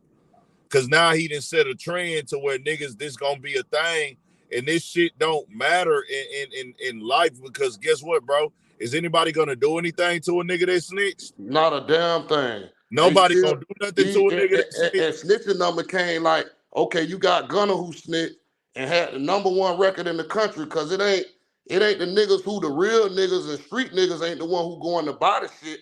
It's the motherfuckers who sitting in the suburbs and shit like that. They gonna still support no matter what. Long as you got good music, they gonna make sure they support. But when you got Until somebody like 1090 Jake doing us how he doing, and everybody just cool with that shit, man, that shit ain't right, man. And now that he done got exposed, let's see what y'all got to say now about 1090 Jake. I call him Jake the Snake. But you see, that's the whole thing, was like, okay, bro, we'll support somebody tearing y'all down, but then we come out and find out it's not even really that with him. Y'all still gonna support that tearing us down? That shows you how much people really don't fuck with us. Yeah, But bro. guess what? I know people don't really fuck with us. I want my people to understand that. I gained Yeah. nothing by beefing with Boosie. I gained nothing by beefing with 1090 Jake or anybody he's down with. I don't have any beef with them. This is me giving my people a reality check. Yeah. It's time Cause to get our shit together to what we can get out here and really understand this game and start taking our shit back and controlling our own narratives. we can't, bro. We can't. We too much against each other, bro. We too. Oh, I got to be doing better than him. I got to be. Ain't no more clicking up and everybody try to do good and support each other and get behind each other. Man, I done had niggas work for me. I done took these niggas out the streets, made sure they was straight. They go to competing with me, nigga. You forgot who put you on? You forgot who looked out for you and your family? That now it turned into, oh, they go from working for me to act like they doing me a damn favor. You feel me? Like, you ain't doing me no favor, bro. I was straight before I met you. I seen you. I'm one of them true niggas that really try to help niggas, bro. And anybody who don't, if you get on here and know me, just stamp that shit. Bitch, I don't do nothing but try to help a bitch down here, bro. But you can't help niggas no more that don't want to help themselves, bro. You gotta watch it. These niggas in these positions for a reason, bro. For real. I hate to say it like that, but they changing a good nigga hard into bad, because no matter what you try to do, but them Zoles, even down, they stick together on the street and in the chain gang. They gonna keep that shit within themselves. If you was Haitian and you was a jit, and I know them Zoles gonna laugh when I say this, but if you was Haitian and you seen another Haitian, you don't even got to know him. If you seen another Haitian getting his ass beat, bro, and you ain't do nothing to help him, you got an ass whooping when you got to the house, boy. You got an ass whooping. Them Haitians that shit is embedded in them to help each other and to do shit for each other. That's why I say he ain't gonna have no kind of problem if he go to the chain gang. God forbid if that man go to prison down here in Florida, he's straight, bro. He's straight. Yeah, I believe I most definitely believe you, man. Like Kodak ain't going, he gonna be straight regardless, man. Nigga, no Yak the boy, man. Nigga no Yak. Like Now, nigga, if he go somewhere in Detroit or something like that where them Zoes ain't heavy and he gotta be in there by himself, yeah, he might have to click up with somebody or who down with him and shit, because he a needle and like he by himself. He all the way dolo. a nigga understand that, and that's the thing with me, bro. I know how this shit go. I don't even care, because nigga, that's what I want to be understood. Real life and internet commentary and videos is not the same fucking thing. Yeah, bro. When it come down to snitching on the streets conversations of how that go ain't the same as how it go on the internet. Yeah, See, yeah. when niggas is a snitch on the streets, niggas make real life decisions because that's real life. Hey, bro, you told on them niggas, all right, we either finna get at this nigga or we cutting them off, or we kicking them out, or you getting out the car with us, whatever, nigga, or hey, nigga gotta do this, nigga gotta do that. It don't be all this old politicking. Let's move the gray area. Let's find this and that's like, nah, nigga, you did this, you did this, you did that. And the niggas that's living like that, they not on the internet talking about it because they got it going on in real life. Nigga who really having to enforce snitching or nigga getting snitched on in real life, see, they think that these rappers and entertainers is the only ones that are going through this. No, y'all are seeing that are entertainers going through these storylines. Nigga, this is going all over with niggas who never fucking picked up a microphone. Right. Oh, yeah. Never gonna pick up a microphone. They ain't never been a YouTuber. They ain't never gonna pick up a YouTube channel. Nigga, they be having indictments with 30 niggas and none of them rap. For real, bro. 40 niggas, nobody rap, nigga. 40-man indictment, nobody rap. 20-man indictment, nobody rap. But the media and everybody focusing on rap and hip-hop and, you know, the underground rap, especially in the rap go hand in hand. Sometimes, I mean, streets, underground rap and the streets go hand in hand, heavy at times, and then at times, mainstream rap and street do go hand in hand, but that ain't everything. What y'all see rappers and these YouTubers, that ain't really what always go on in the streets, bro.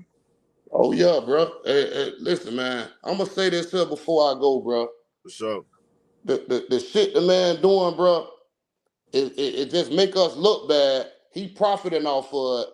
If Kodak, I'm telling you, bro, if that shit would have been real by him, man, them Zoes would be getting on his ass. You feel me? They gonna still fuck with him and shit, but they would have got on Kodak ass about that shit.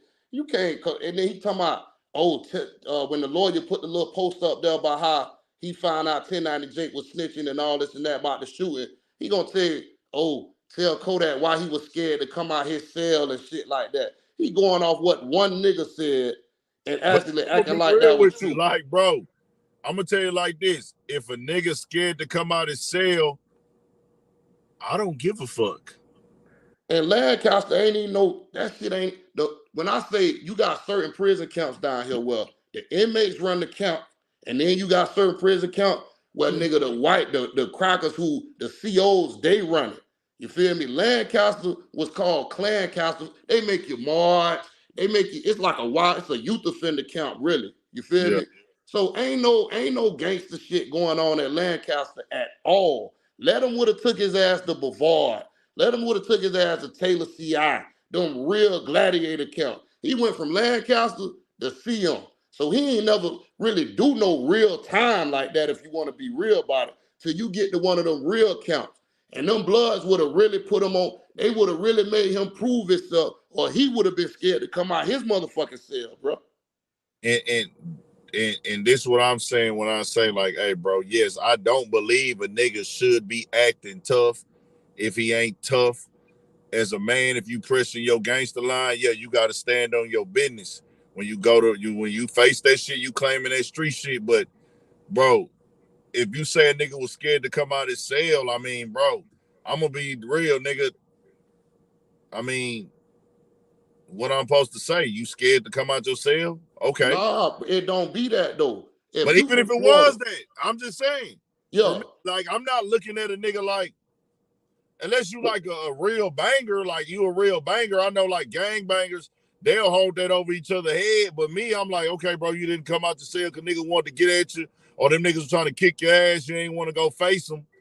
All right. See, that Z shit really down here. So say they done sent, I don't know where they had him at, but it was definitely out of this state when he was over there. Nah, you over there. Ain't no Z young niggas in like there. Maryland or something. Sandy something. Yeah, and you over there. Ain't no Z's over there where you at. Ain't got nothing but these Bloods and shit like that. And when he came in there, they like, look, yeah, you know, we know you in no man's land over here. But we gonna fuck with you. We fuck with you. We gonna take you in and we gonna make sure you straight while you here. That type of shit.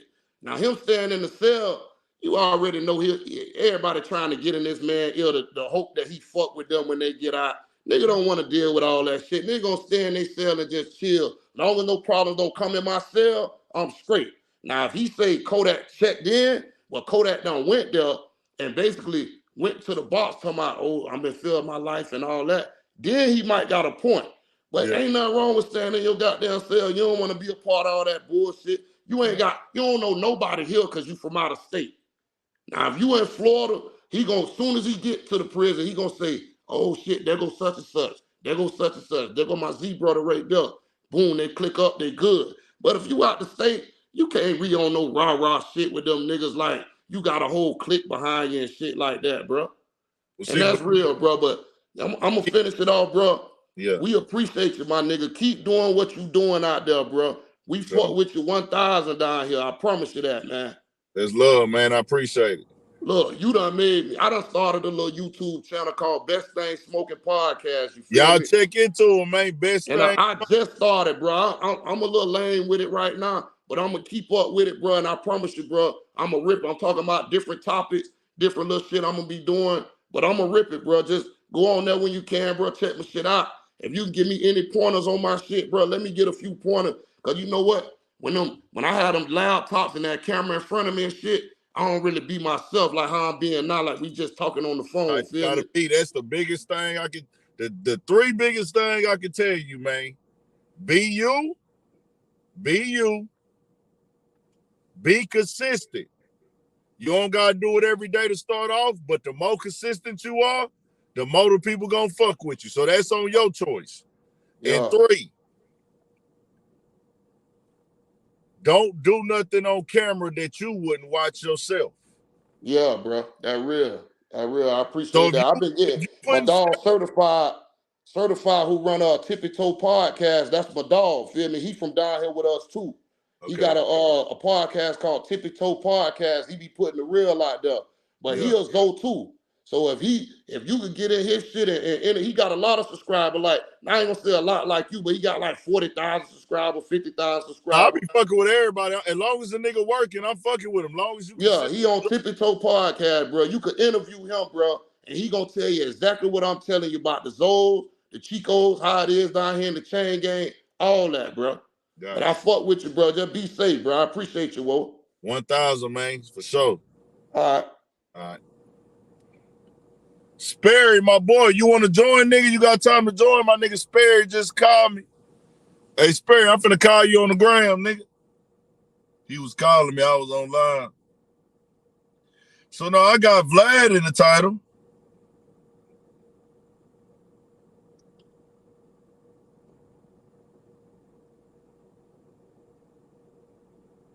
Bro, this nigga, Boosie is still posting about his brother as we speak.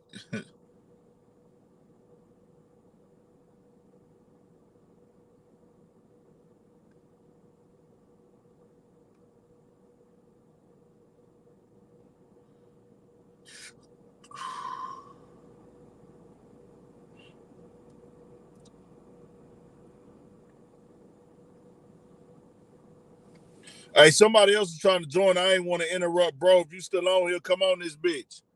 The other homie that was trying to join, man, it was another guy trying to join. If you still on here, come on. I ain't want to interrupt bro shit because he was cooking his shit.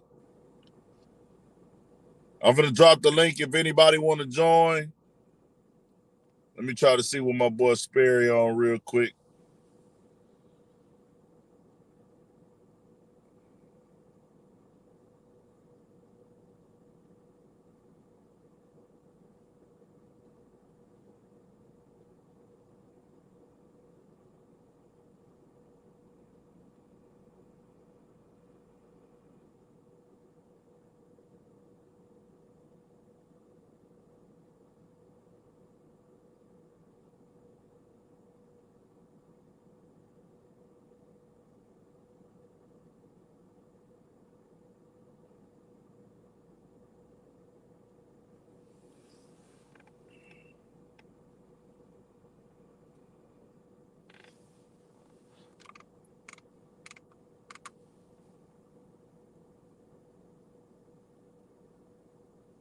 Sperry must ain't got his shit on his phone.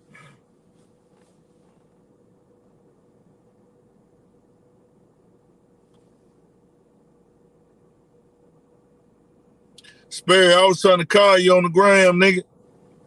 So I also want to say, oh, he trying to join in. Sperry, what's the deal, man? Gotta unmute your mic. I can't hear you. Now you good?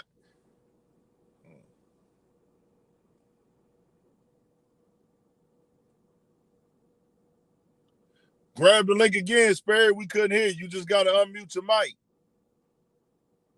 You gotta cut your mic on and your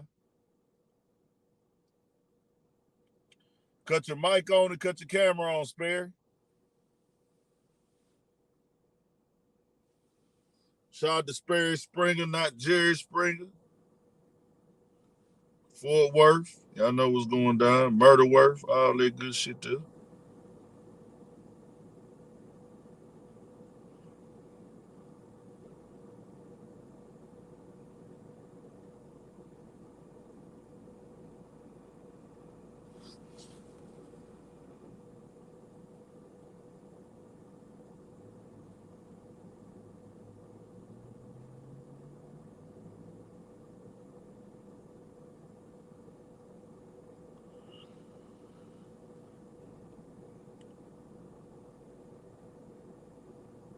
For sure, for sure.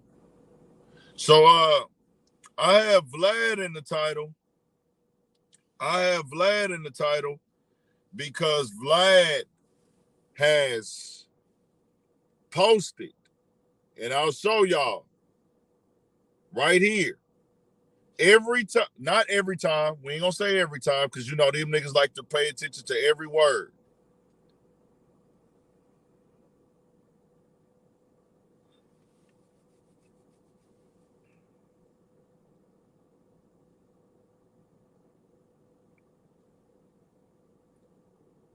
So he's interviewing 1090 Jake right now, right?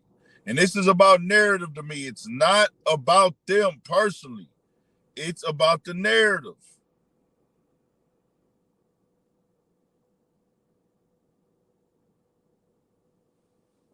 This is 1090 Jake on Vlad on his website.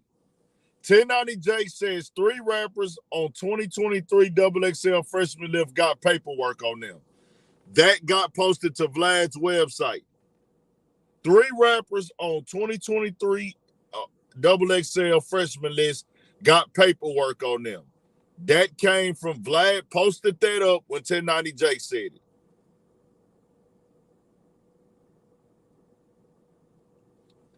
$10.90 Jake claims he's received paperwork about finesse 2 times corroborating. That got posted by Vlad.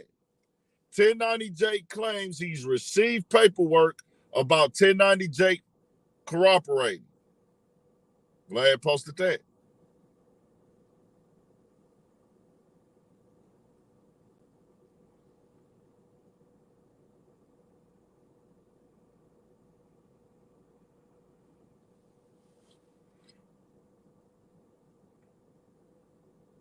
$10.90 Jake calls out Kodak Black for staying in PC while in prison.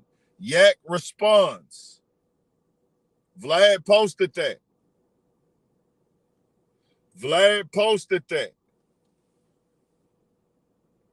So, he's got posts for calling out rappers multiple times. Why have we not seen 1090 Jake paperwork of a letter he wrote that he admit he wrote where he mentioned another name? Vlad, why has that not been posted to Vlad TV? Every single blog has it on their page, bro.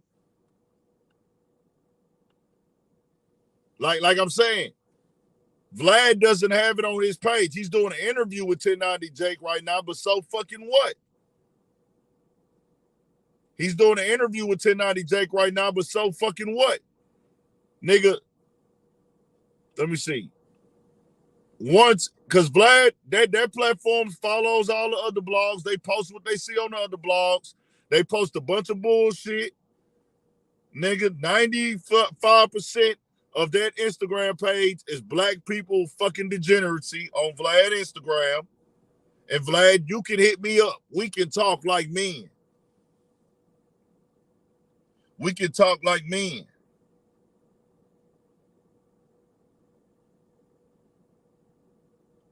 That's a problem that I have. Why didn't you post that on him? It's not personally about him. It's about how we get done. There's advantages. That's what I'm talking about. Advantages and disadvantages. Favoritism, not favoritism. Whether you're doing it intentionally or unintentionally. Intentionally or unintentionally, man, it's still getting done.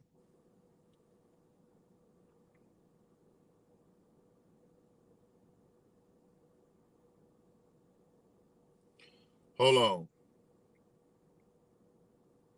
Yeah, that shit ain't on. Hold on.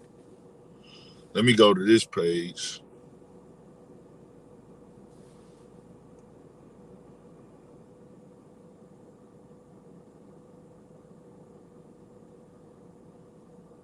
Okay, it's not up there. They got it up. Even that stuff for Kodak Lawyer, I'm not too familiar with any of that, but he didn't post any of that.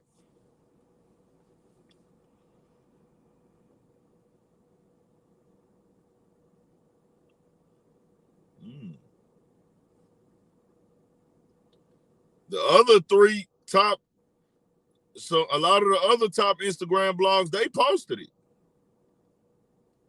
They posted it all, the back and forth, all that shit. Vlad, how come you haven't posted it? How come Vlad did not post that? That's the question I have. We know your team saw it, so your team be seeing all this stuff with 1090 Jake. They saw when he got in finesse 2 times. They saw when he said the freshman list got 3 snitches on it. They saw when he called, who else? When he went at Kodak Black. They saw when he went at Kodak Black. Your team saw when he went at this person. I mean, he went at Kodak Black. He went at finesse 2 times, and he called out the freshman list. They saw all of that, but they didn't see that he had paperwork out on him.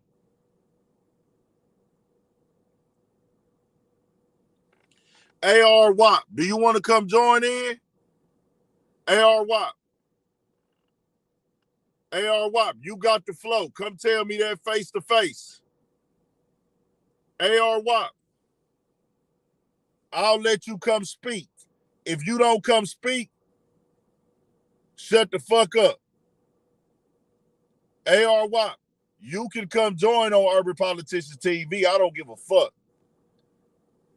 If you not gonna come speak, nigga, shut the fuck up. Because we can talk about what I talk about on here, how I talk on here. No. My thing is this. If you gonna post a nigga exposing other niggas, you need to also post when he get exposed. Is it a debate about this stuff?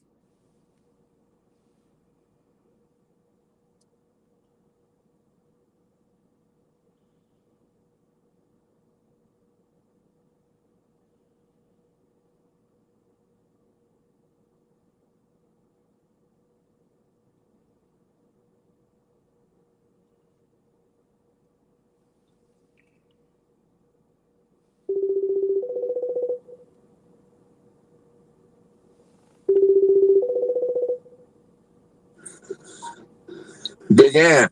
What's the deal, man? On the live real quick. Oh, man, I'm over here whooped from last night. Damn, what the fuck y'all, we ain't gonna get into it. Y'all just bouncing and turning through the streets, huh? Man, it was the NFL week. You know, we went to watch that game at Buffalo Wild Wings, and that turned into some more shit. No shit. Yeah. Nah, so what you know, my nigga? Now I'm on this live just politicking and shit. Yeah, I popped out to the little Hooters, the little local Hooters last night and grabbed some wings and caught that motherfucker opener. I'm gonna try to be focused on my fantasy shit this year. Yeah, that's exactly what happened. We popped out to the local Buffalo Wild Wings, nigga, and boy, oh boy, that shit, boy, tequila, and some more tequila. Nah, it's on.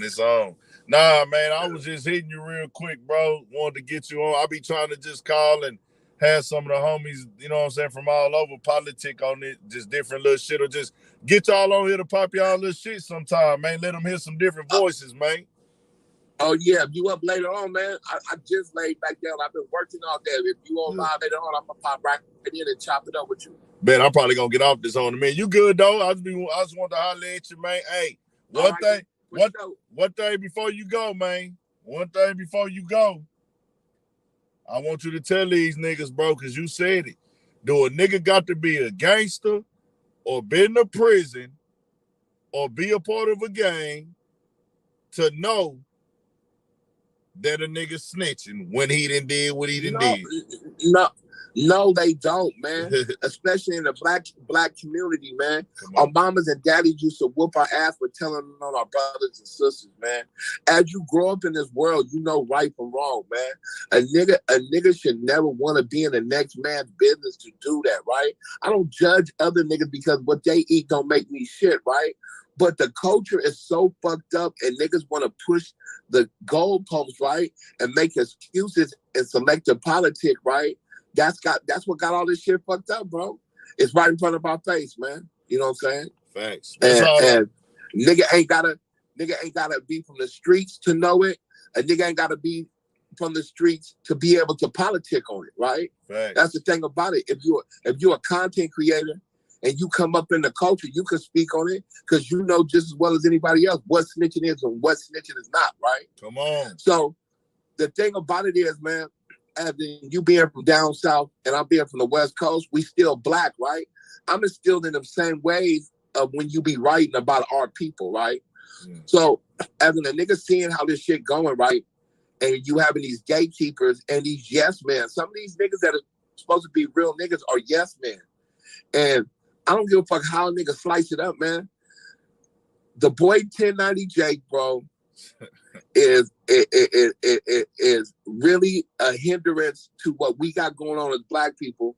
And then when he get his hand caught in the cookie jar, there's a million excuses for him. That's right? My only conversation. But niggas ain't gonna give no nigga a million excuses. You know what I'm saying?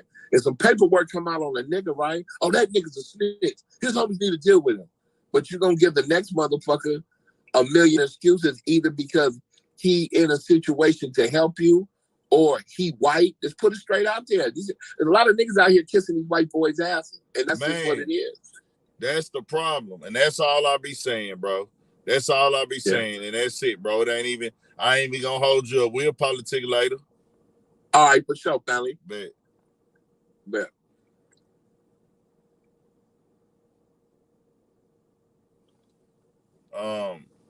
That's one of my Cali people who done did 20 years. Yeah. Somebody that done 20 years. I don't have to be a street nigga, bro, to know what snitching is, bro. Exactly, Trench, baby. It's about being a man. Because that's what they conversation is with me. Nigga, you ain't in the street. You ain't... Bro, when did that have to be qualification to know? And then I hear these niggas using that excuse. And then these same niggas that's claiming they gangsters on the internet is covering for this shit. No, nigga. You're not doing that. If you not gonna speak on it for him, don't speak on it for nobody else, nigga. Simple and plain.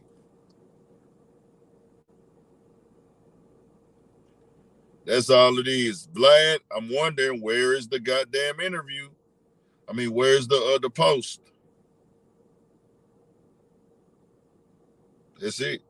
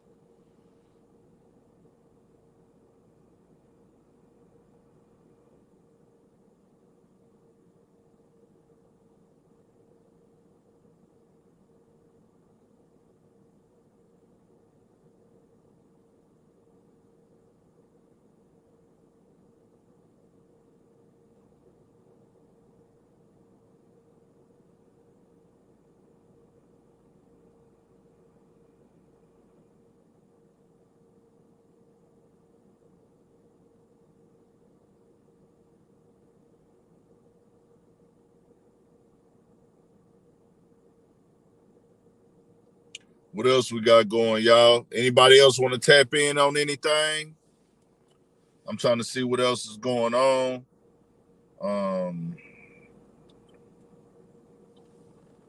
Anybody want to tap in and come get 2 cents on this shit? I think I pretty much got my point across for the night. That just seems selective with that shit, bro. Like I tell y'all, dog. If these niggas never put out this paperwork and never put out these interrogation videos, some of these guys, we wouldn't even know what they did. So guess what? It wouldn't even hurt us. Bro chose to make that a thing to where we know what it is, so it hurt us. You know what I'm saying?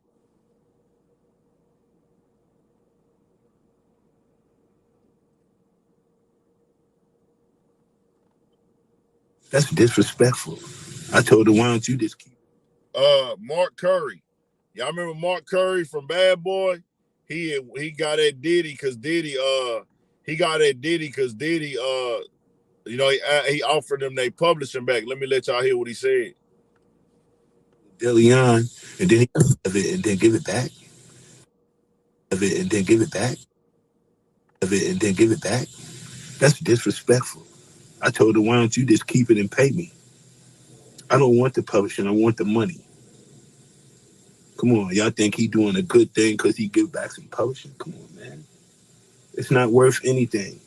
And then he don't have the Ciroc or the Deleon, and then he gonna give $1 million to Jackson State like he doing some humanitarian type thing. He just trying to do whatever he can to keep his name relevant so he can go for a new deal because he don't really have nothing that's making him no money right now. He's not even a billionaire no more. So let's talk.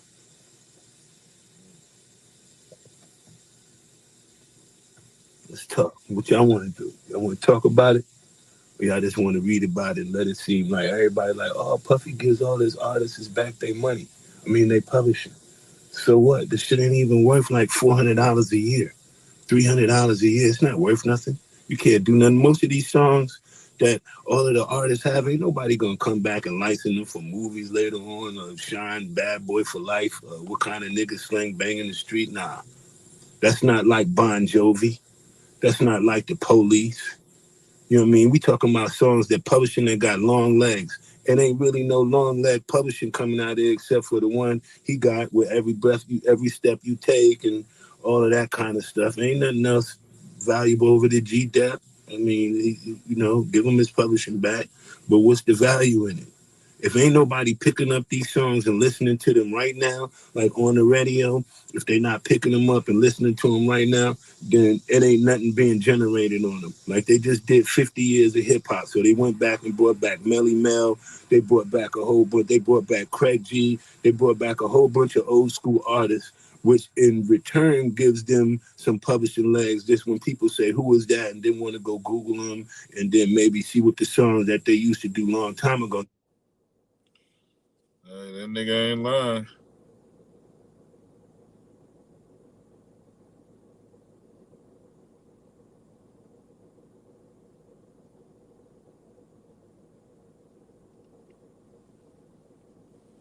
Diddy, he got you with that one.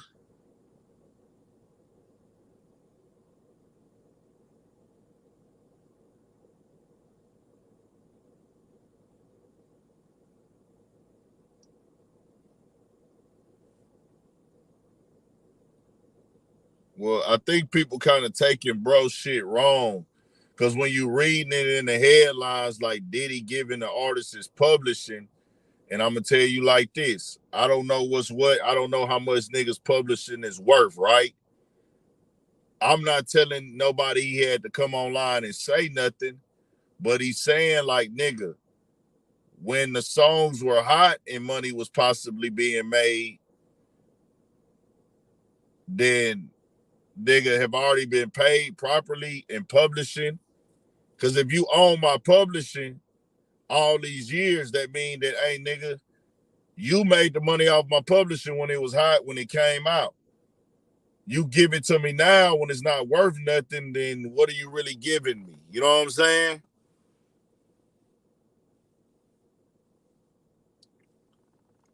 You know what I'm saying? What are we really stamping? What are we really pushing? Like, you feel me? If you giving me my publishing back is in the headlines, and a nigga like, well, hold on, bro, y'all, the people are making it seem like he doing me a favor, but I know nigga giving me my publishing is saying, when a nigga see I'm giving this man back his publishing, right? On the business side of rap. When you see giving this man back his publishing, that's getting presented like this man is doing me a favor. He looking out for me.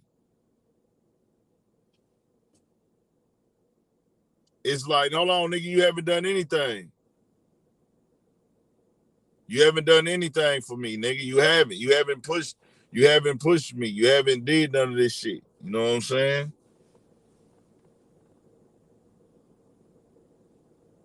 Damn. Welcome home, BG, once again. Shout out to Lil Reese, man. Lil Reese went and handled that business today. Y'all want to get into some of this Boosie and his brother stuff? Y'all want to get into some of this Boosie stuff? And for everybody speaking to on old boy from whatchamacallit that went to prison, man, that nigga been got a bunch of prison time, bro. He been got he already serving life. The nigga from the YSL trial, bro, already serving life.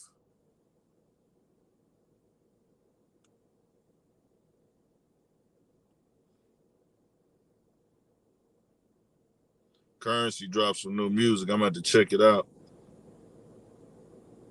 Let me go to a no jumper clip with Boosie brother real quick.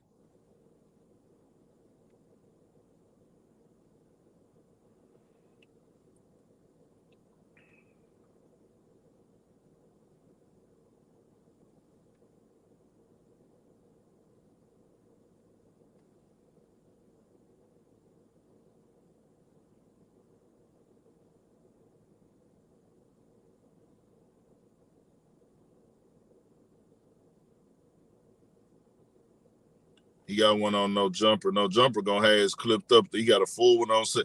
Shout out to my boy Jim's TV too. He had that first one with Boosie brother.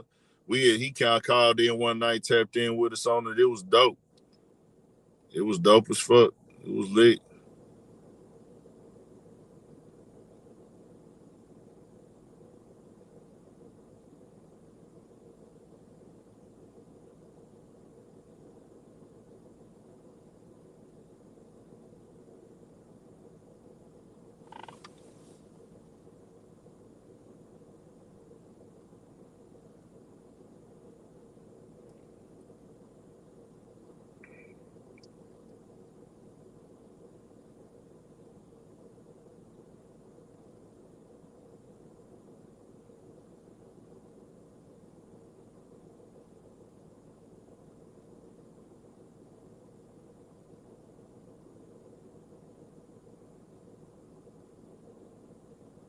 See what he say. Oh, bro. Last week, it was Adam and Wack. This week is the Wack and Adam show. Okay. You know, whatever's going to make you happy, buddy. All right. You know, yeah. Like, you know, I'm really on, man, I've been watching Nat Turner and Rosewood. And they say I look like Vin Rames. Yeah. You know what I'm saying? Oh, yeah.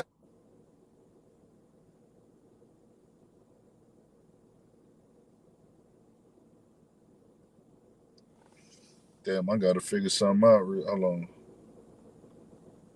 You can see that. The brothers. This week, the brother come first. Oh, wow. All right? See, I'm fresh off Hawaii, so I don't have like the intense Wack 100 energy right now. Did you go out there and help the people? No. Did you do better than Biden the $700 check? In the sun. Huh? No, I didn't do anything to help anyone. You didn't go help anyone. That would have been nice. You spent some bodies from right over there. I'm like, exactly how it works. He's a very funny person, because I know he got a library on me. Yeah. He thought the man stood on business and words. When you seen that man, it wasn't supposed to be no negotiations. I said, yo, cut it out. And then Kodak told me to give him a message. Kodak said, tell him the day after you went to jail, you put your Rolls Royce up for sale. Maybe you need to go do a verse. Leave me the fuck alone. Man, I'm a civilian. I'm a civilian staying out of the streets, man. Bro, they say you got the $5 million signature and you backdoored your brother. Now, Adam, last minute, he pushed the button, he made it happen. Sambito, this right here is one of my investigative guys on us trying to figure it out because get to the bottom of because I understand, I think I know what happened because I'm in this business. Because 80% of the that's signed with my name is not me. It's people that can't sign my name. Exactly, man. It's Oh, So Wax say, damn, Wax say the same shit. Wax say people sign his name too. So let me ask y'all this. If y'all allow people to sign y'all name, can y'all ever say that they forged your signature if you've let them sign your name before? Yes or no? It's on y'all. This is personal. I need y'all to interact and let me know. Interact and let me know. Type in the chat. If y'all let a nigga sign y'all name for y'all in previous business, can y'all say a nigga forged your signature? Or do you have to say, nah, that nigga signed that without my knowledge? Because that's two different things. Signing without your knowledge is, hey, man, that nigga signed that shit without me knowing. And I'm not saying that ain't forging the nigga's signature, bro, just keeping it 1,000. And Boosie hasn't said, I haven't heard him, he might have said it, you ain't never signed nothing before for me, nigga. If a nigga never signed nothing for you before, and then he signed your name, that means he forged your signature. You can't, if you let a nigga sign all your paperwork for you, nigga, and he signed all your contracts, you know he be signing them all for you. He do all your contracts and sign them for you. And then you didn't approve him to sign this one. You have to say, hey, man, that nigga signed that contract without me knowing. You can't put it up there like he forged your signature, bro. That's two different things, man.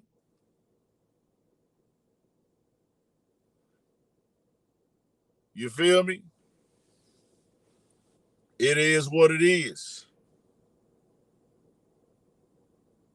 Man, I don't even know where you're going with this $5 million. Man. That he suing for $5 million. No, he's suing. Oh, that's what you're talking about. Check this out. You're going Young Blue with it right away. He's suing. No, Boosie is suing. No. This is what everybody need to understand. Let's start here.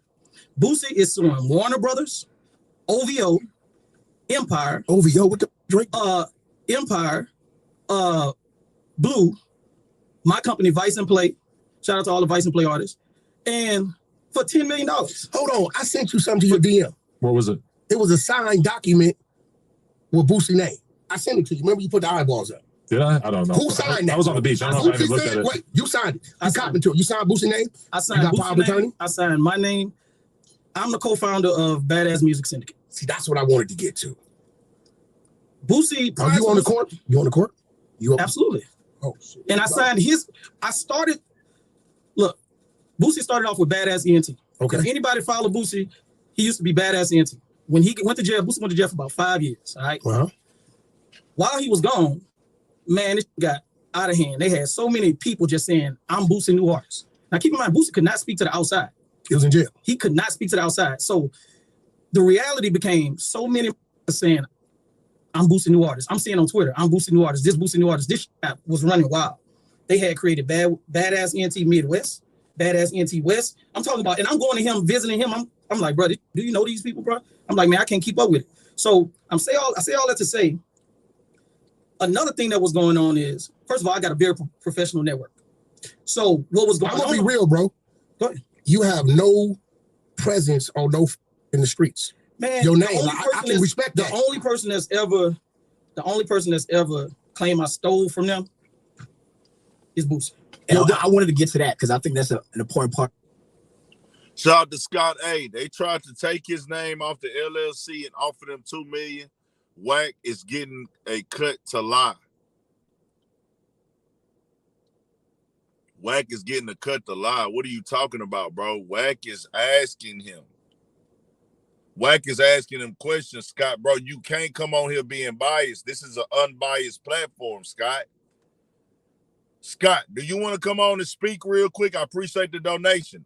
Scott, if you want to come on and speak, you can. Scott, do you want to come on here and speak? Bro, he told you he signed the signature. Bro, hold on. Scott, you said Wack is getting a cut to lie. What did Wack lie about? Wack is asking him questions. I'm talking about what we listened to so far. I haven't watched the interview. Wack ain't lying. He telling Wack the side of the story.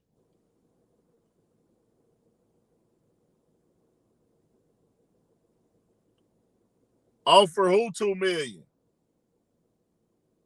Scott, hey, are you gonna come join? Yes or no, G? So we can talk about it because people want to. I want to give everybody their chance.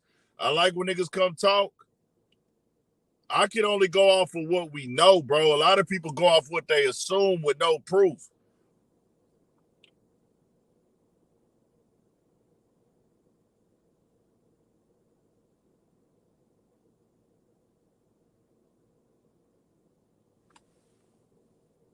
Do right by Jesus.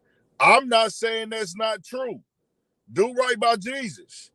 That might be true, bro. Boosie says he put the nigga on. Boosie says this, he says that. I'm telling y'all how the business work.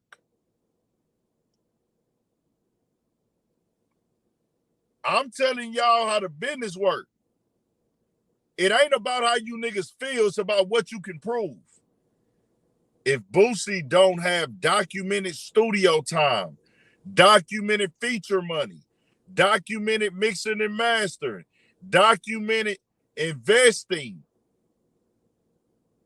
into promo, advertising, if he doesn't have documents to show that, guess what? He didn't do it. I don't make the rules. Boosie never said, and he might have it, but he hasn't came out here and said, I have this. To own a song, you have to pay for the song. His brother said Boosie has not paid for none of that. I don't know. Neither one of them have shown us who paid for what. That's just the way the game works, bro. I'm not choosing a dog. How much proof that artist need, he showed enough. What y'all mean, bro? Y'all gotta explain to me what y'all saying, bro. I'm finna drop the link. Y'all ain't gotta put y'all face on here, but if you want to talk business, let's talk business, bro. I want this conversation. Let's get it. Because this could teach people something. For y'all niggas that want to get artists, we gonna tell y'all how this shit really work. Let's do it, nigga. I'm running all day today. Fuck it.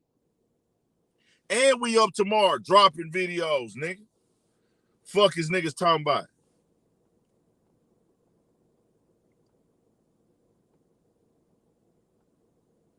Do right by Jesus. Do you want to come join? Do right by Jesus. Female, we would love to have you here. You don't have to put your face on camera. I just got to see you in the backstage. I'm not on either side. I'm playing the judge in court by the American system because it ain't how you feel in the courtroom. Scott, cut your cam on real quick. I'm not going to put you on camera, but I got to see you in the backstage. I bet you cut it off.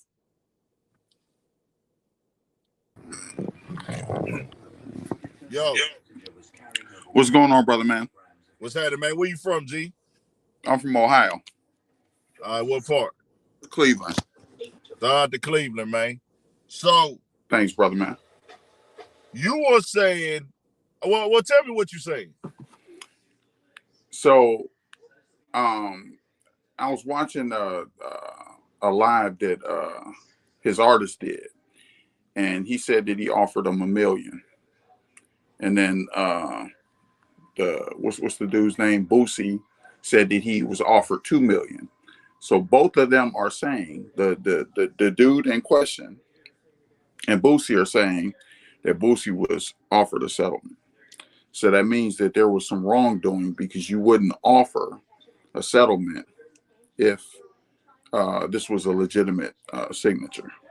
So what I would say is that the dude probably signed a bad deal, and Boosie's brother took advantage, and they didn't think that Boosie was probably going to tell on them. And now it's like, okay, he's going all the way with it.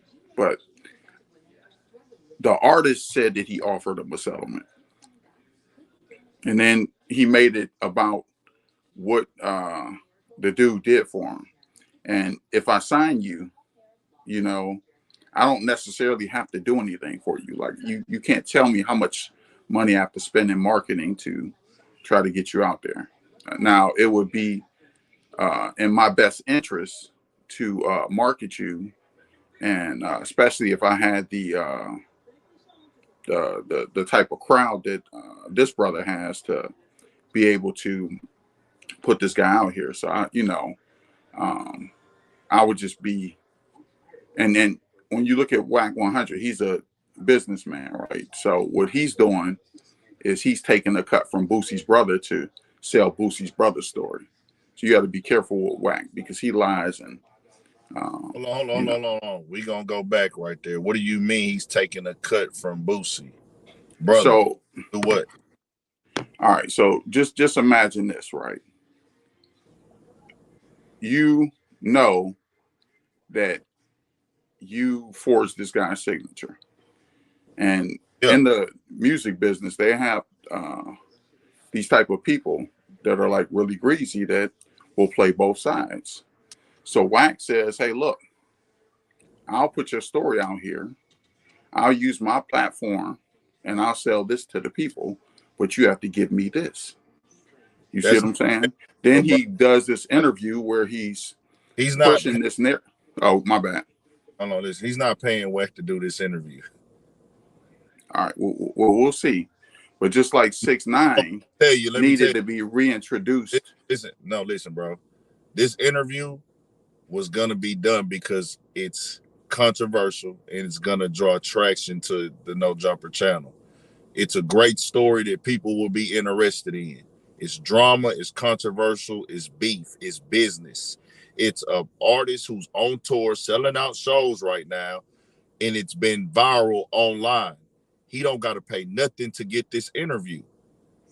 Every video I've dropped on YouTube about him and his brother has done thousands and thousands of views, bro. They don't have to pay. He don't have to pay for this story. This is one of the most top rap and hip hop stories. They went viral the other day, Blue and Boosie going off on each other. He does not have to pay WAC to get on No Jumper. No Jumper would interview him without WAC for free. That's not what I'm talking about. And let me commend you on this too. I'm a Christian man, and you coming out and saying, hey, listen, I post the negative, but I care about the positive.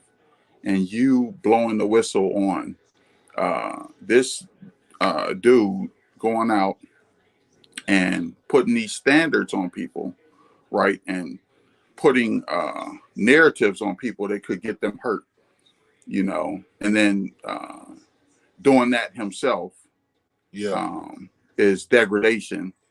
I mean, we're already degrading ourselves by, doing what we do. But I just want to shout you out for that. Here's what I'm trying to say to you. WAC 100 is a businessman, right? And he sees opportunity. So he saw that 6ix9ine was in a bad position after what 6ix9ine did. So he said, hey, I'll reintroduce you into this culture, and I'll help you make money. I'll vouch for you, and I'll do all of this. I'll stand by you if you pay me. So this is just another situation where he's standing by somebody who already offered a settlement, right? To push this narrative. And he's very persuasive. He throws a lot of games. So you just have to be careful of what you believe from him, because he already told you what it is. If the money is right, then he will work for someone to assimilate them. Or I get where you going with this, bro. But TQ already did 2 interviews, bro. And he's planning on doing more, because he said that his goal for these interviews is to get control of the narrative that Boosie is pushing. So I want this to be clear. Whatever Wack has done in the past and how Wack is moving with him, this is this man wanting to tell his story. He could have went to any YouTube channel. He's already went to Say Cheese. He already went to my dude, Jim's TV. That interview already was doing numbers. So he didn't have to do business with Wack to get this interview. They did this for content, bro. Now, I'm not talking about doing the interview. Like, of course, he could have reached out to anybody because of the situation and he already involved. has. What I'm saying is what I'm saying is this, brother. The story that Wack is trying to weave and trying to get him to say to make him look good in the situation, and he's getting paid, because here's what I'm saying. And bro, he already told the story. He got a 2-hour story on Jim's TV, and he got a 2-hour story on Say Cheese TV. The story is already told before he told it to Wack, bro. But so you gotta pay Wack for a story he already told? No, what I'm saying is, okay, well, here's what I don't have to do. I don't have to go back and look at his statements, right? Like, I'm new to this, and I watched, and here's why I feel the way that I feel. Cut you off. And then somebody else say he did another interview on Urban Access. Like I said, before he sat down with Wack, he has a 2-hour, 3-hour story on my God, Jim's TV. Jim's TV came on here and talked about it last week. He been did that interview. Then he did another 2-hour interview with Say Cheese. So I'm telling you this, that the payment for Wack, there's nothing to pay Wack about that you're going to be able to see here. It's nothing that Wack can do. This is between them and the courtroom. He don't got to pay Wack to help him when he already went somewhere else and told the story for free. What I'm saying is there's, people that go out like a publicist, right? And Wack is like a street publicist, right? And what he's doing is he's saying, I can make you good, or I can make you look good in this situation. What I'm telling you is this. The dude, I don't know the artist, what's his name? Okay. He said in a video that Boosie was offered $1 million and he wouldn't take it. Boosie said they offered him $2 million. Yeah. You wouldn't be offering any money if... That's a different conversation though, G. See, this is one thing when you talk, and no disrespect to you, you have to understand, right? You got to keep the talking points on point. So by you coming on here and saying, and I just want you to know how this works on YouTube, Wack is getting paid for this story to help this guy. I'm telling you, he's not getting paid for the story because he's already told the story. Now we know 3 times. We're talking past each other. I'm not talking about the story. Get off that first. So first is that. Now, whether they had wrongdoing or not, this is how the business works. This is how the business works. You can have your opinions of what you watching, how you feeling, whether they did something wrong or not. I'm not saying that Boosie brother is telling the truth or lying, because I don't know. I don't know if Boosie is telling the truth or lying. What we do know is what we can see online. On Vlad TV, Boosie said he turned down $2 million. Now, you can take that and say, hey, that must mean that they did something wrong if they offered him that money. That's fine. But at the same time, he's on camera giving Boosie $100,000. Right. So what that's what I'm saying. Now we're not talking past each other. At first we were talking past each other. I don't believe that the dude needs whack to get on the profile or to get on the show and say anything, right? He's in demand, right? But what he needs help with is the image and his story and how to make himself look good in the situation, because it looks grimy when you forge your brother's signature and this and from what if Boosie said is right, they tried to get his name taken off of his LLC. This is like just grimy stuff. You see what I'm saying? So now you need somebody who has clout, somebody who's reputable, who's done these types of things before to be like your advocate. And You can't Wack put that will play this Wack, game where never he's. saw Wack do that. You said what? We haven't seen Wack do that. He did that with 6ix9ine. Huh? He does that with everybody. Bro, you can't say, hey, you got to go now, bro, because you coming on here making stuff up. I appreciate you tapping in. I don't care who it is. You can't come on here and make stuff up. You don't have. He admitted that with 6ix9ine. No, you said Wack is taking people names off of LLCs and. No, I didn't say that. I didn't. No. Listen, brother. Listen, I have no problems with you. This is what Boosie said. He said they tried to get, but you his, not Wack one. Listen, bro. No. You wasting time right now, bro, because you don't have any proof of what you're saying. How can you say he need Wack to help him with this and help him with that when he already told the story three times, bro? We good though. I appreciate you tapping in. Let's get Wack out the way then. Listen, bro. Let's not talk about Wack. Let's talk about what the guy said. Okay. So Boosie says he's not talking about Wack 100. Relax. He's not talking about Wack 100. Okay. We can leave Wack out of it for now. He said that his brother. Wack out of it all the way around. Wack, yeah. We don't bring up Wack. Don't bring up. We gonna protect Wack. Listen. Yeah. No, Wack listen. He good. Don't bring up Wack name no more. Never again. Let's go. Okay. All right. So the dude, Boosie, said that his brother tried to get his name taken off of his LLC, but he needed 2 signatures.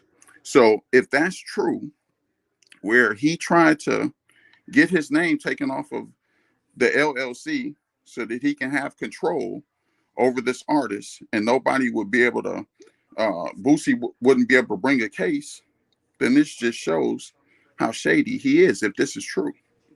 And this is Boosie's narrative. So both Boosie and the artist say that a settlement was offered. They're conflicting on the figure. So what I would say is, using my rational mind, is that some wrongdoing occurred. So did you hear where he said that he signed Young Blue? I did hear where he said that he didn't say that he signed them, but what he said was he was the one that believed in him and worked with him. He said that he was the one that discovered him, and he said he was the one that signed him. Mm-hmm.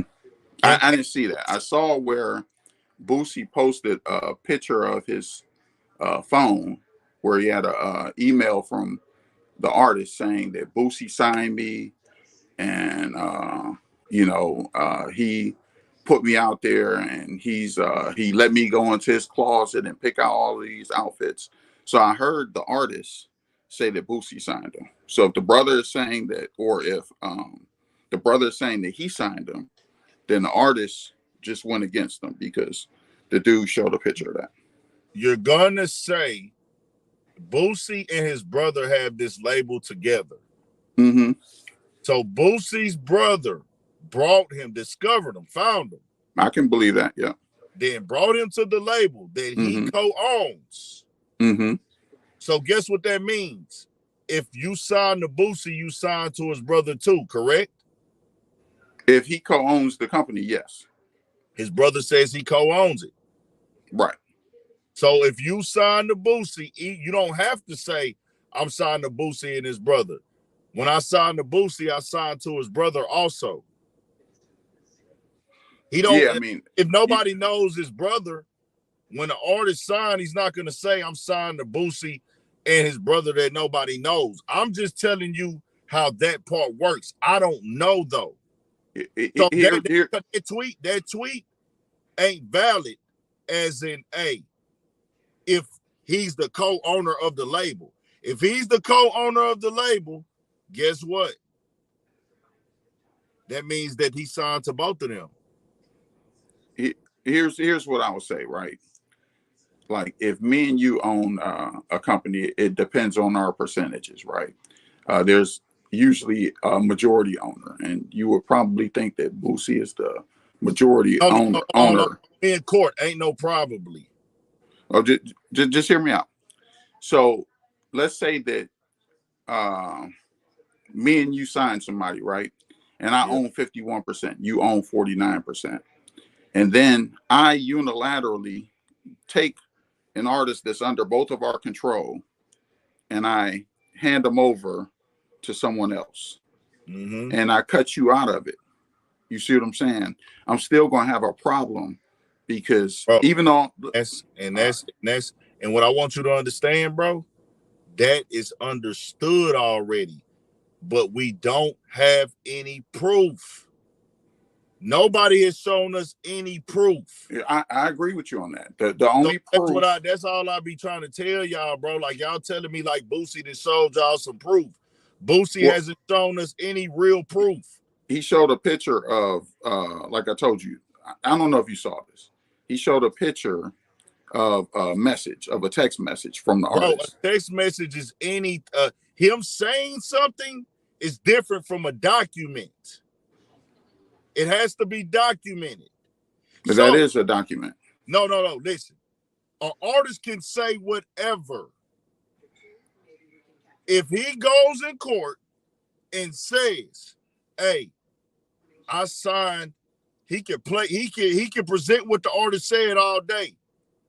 But if he can present a document that Badass Syndicate is 50% mine, 50% Boosie's, and Young Blue has signed it normally wouldn't be 50-50 because you need to have a controlling however that works. Who knows who the controller is?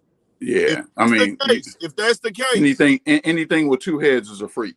Okay, well, anything like that. Look here, if you go to the motherfucking courthouse, it's about who can present the physical evidence and documents. Who paid for the studio time for these songs? Doesn't matter about who paid for the studio time. What you mean? That's how you get the masters of music, bro. So no. Listen, if I sign somebody, right, and me and you have an agreement, and you tell me I'm gonna get 20% of your sales, and I don't do anything for you, right? You are still signed to me. So if somebody comes and they take you away from me, they've got to pay me, right? They've got to pay me for my interest because that's the contract that me and you had. Okay. And you have to stand on the contract, right? A contract has to be mutual, competent, and not vague. So if I write the contract up properly, and which I will have an attorney do. Hold on. You said the contract don't gotta be vague. I said it has to be not vague. So it has to be mutual, competent, and not vague. I have a master's in management, and I have an MBA in finance. I don't have a law degree. You think these? I have a master's in management and an MBA. No, hold on. You trying to tell me that these music label contracts don't leave vague gray areas up in these contracts? If they have good attorneys, then it shouldn't be any vagueness, because anytime vague here's the thing, and this will help you too. Listen, let's bring this shit to reality. You trying to tell about how the game should go. I'm telling you how the game go. That's the difference. How it should go and how it go is different. The record labels is always leaving a vague gray area up so they can come in and wiggle how they want to. They using certain words that nigga, we gonna keep this gray area open right here. It's the same with YouTube. Okay? So I'll give you an example of interview that I saw. Right, I saw an interview with Bun B, right, And he was talking about when he first signed his contract. He said the contract was 88 pages. He read 3 pages. He said he saw KRS right after he saw the contract. And KRS, he was like, hey, KRS, you're one of my heroes. He said, did you sign the contract? And then Bun B was like, yeah. And he was like, good luck, young man. And then they found out that they got jerked because they only read 3 pages. So if a record label is doing their due diligence and being diligent, then they're going to dot all their I's and they're going to cross their T's. The way that they're going to get you is they're going to tell you to have the same lawyer as them. And then the lawyer is going to work in their interest. And that's what usually happens with these artists. They don't have their own lawyer.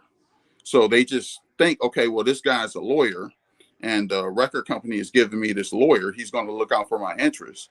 But the lawyer is really paid for by the label. So then the artists get screwed that way. But they don't leave gray areas because anybody, a good lawyer, can create ambiguity when there's gray area. So that's where lawyers work. They try to find ambiguity to see if they can wiggle their person out of the contract. So especially if you're and like Young Blue said, he said, man, so-and-so brought, or not Young Blue, another artist said, so-and-so brought me to the label. This might have been Bun B too. And they got 500,000 and they only gave me 50,000.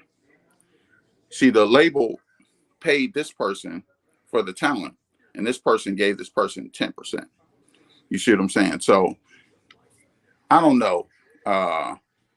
Based off of the proof that I saw, and if I were, if I had to take a side, because he had a picture of this artist. I mean, the artist was stupid to send this to him, but based on the artist saying that he was signed to him and that he looked out for him and did all of this stuff, it's going to make it hard for him to actually win the case. That's what I was saying. If you don't have documented payments, bro, a nigga could say, yeah, I said that to make the artist look good, but he wasn't really helping me. He could go in court and say, yeah, I tweeted that because I wanted the label to look good. I wanted him to look good, but Boosie never gave me any money. He can't prove he gave me any. I said that, but he never gave me anything. I'm not going against Boosie. I'm just saying we ain't saw no real proof, bro. You know what proof is? Transactions, documentation.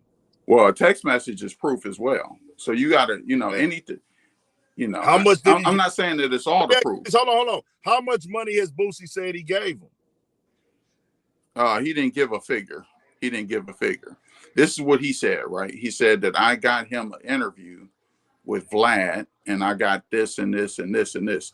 So that's marketing right there by bringing him on a platform that's going, and I'm not saying that he's right because other artists have said that the dude Boosie is cheap. So I'm inclined to believe that, he's cheap in marketing his artists, right? And he probably didn't spend a lot marketing this dude, but if you go before a court and you sign somebody and you say, hey, I brought them on, your show, Urban Politicians, and Urban Politicians is an industry leader in podcasting, and we played his music, we shouted him out, we bigged him up, and we did all of this, and then I got him interviews with these people. That's marketing. You see what I'm saying? But he probably could have did a lot more. And his brother, probably the foot soldier in operation, who probably owns the lesser percentage, probably is closer to the artist, probably works with the artist, so he believes in the artist and he probably knows the talent of the artist. And he probably felt like, okay, well, I poured into this guy, so I don't have any problems with taking this somewhere else. I know my brother's not going to get me because I'm the one that worked with him, and that's probably what he was thinking.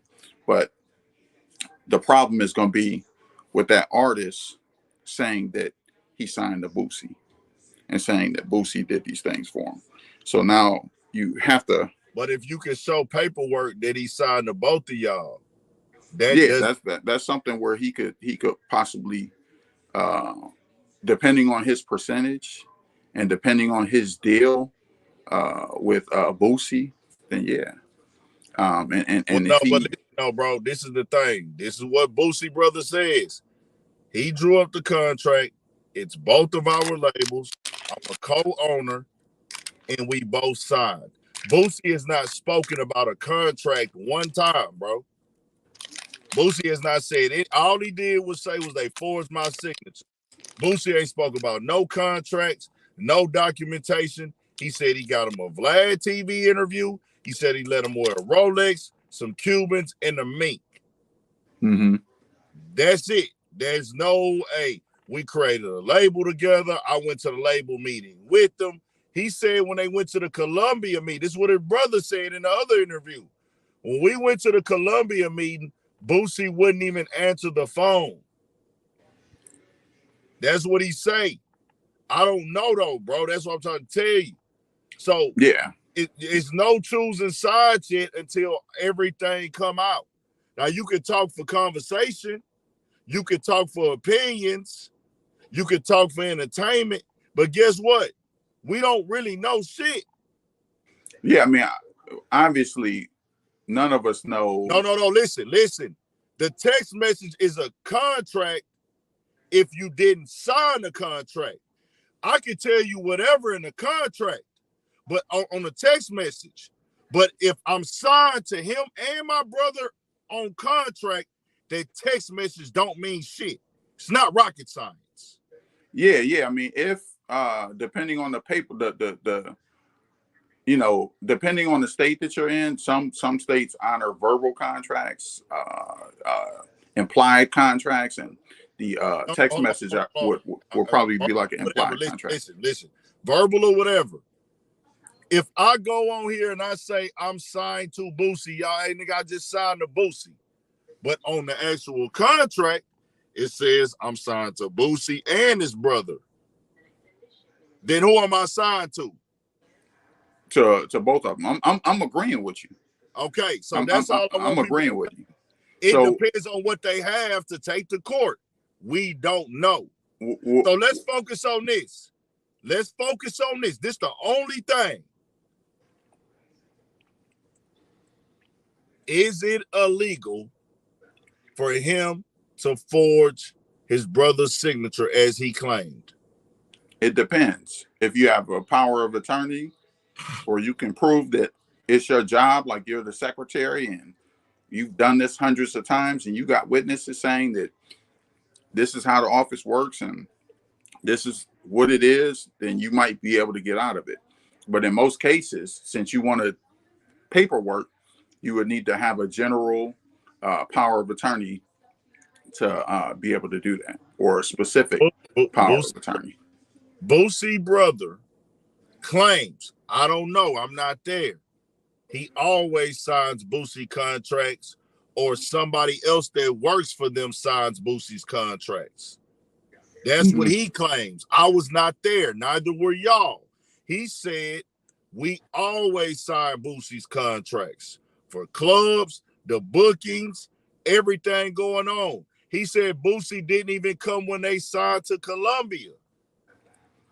He said he talked to Boosie on the phone. This is what we doing. This is what we doing. He said when he called him the day of to go up there, he didn't go. So then he said any other time they do business, he tell Boosie, hey, bro, this is what they saying. This is what we gonna do. This is how we gonna play it. This is how it's gonna work. He said Boosie agreed. He said Boosie agreed on the situation with fucking Empire. He said Boosie agreed on that. Well, what I would say is this, right? Like, in order for this to fly, you would, like I said, need a general or a specific power of attorney. Or sometimes people, they have a stamp, like a signature, something like that, where that can fly. Otherwise, it's just his brother trying to cover his tail, because anytime that like, you know, I don't need to be there to sign. They can fax me the papers. They can send it to me and I can e-sign it or what have you. So just because I don't go with you to sign doesn't mean anything. For you to legally sign for me without it being a forgery, legally, you need a specific or a general power of attorney. Now, if you've been you do a lot of podcasting, right? Like Tyrese, when he was in Home Depot and he didn't show his ID. If he was going to that store all the time and buying stuff like that all the time, and the same people were doing it without his signature and he could prove it, then his lawyer might be able to win that case. But you would have to show that this is something that regularly happens and that this person would agree to. We talking about it. We talking about this for conversation's sake and entertainment. I just want y'all to know that we don't have any proof in the public. Exactly.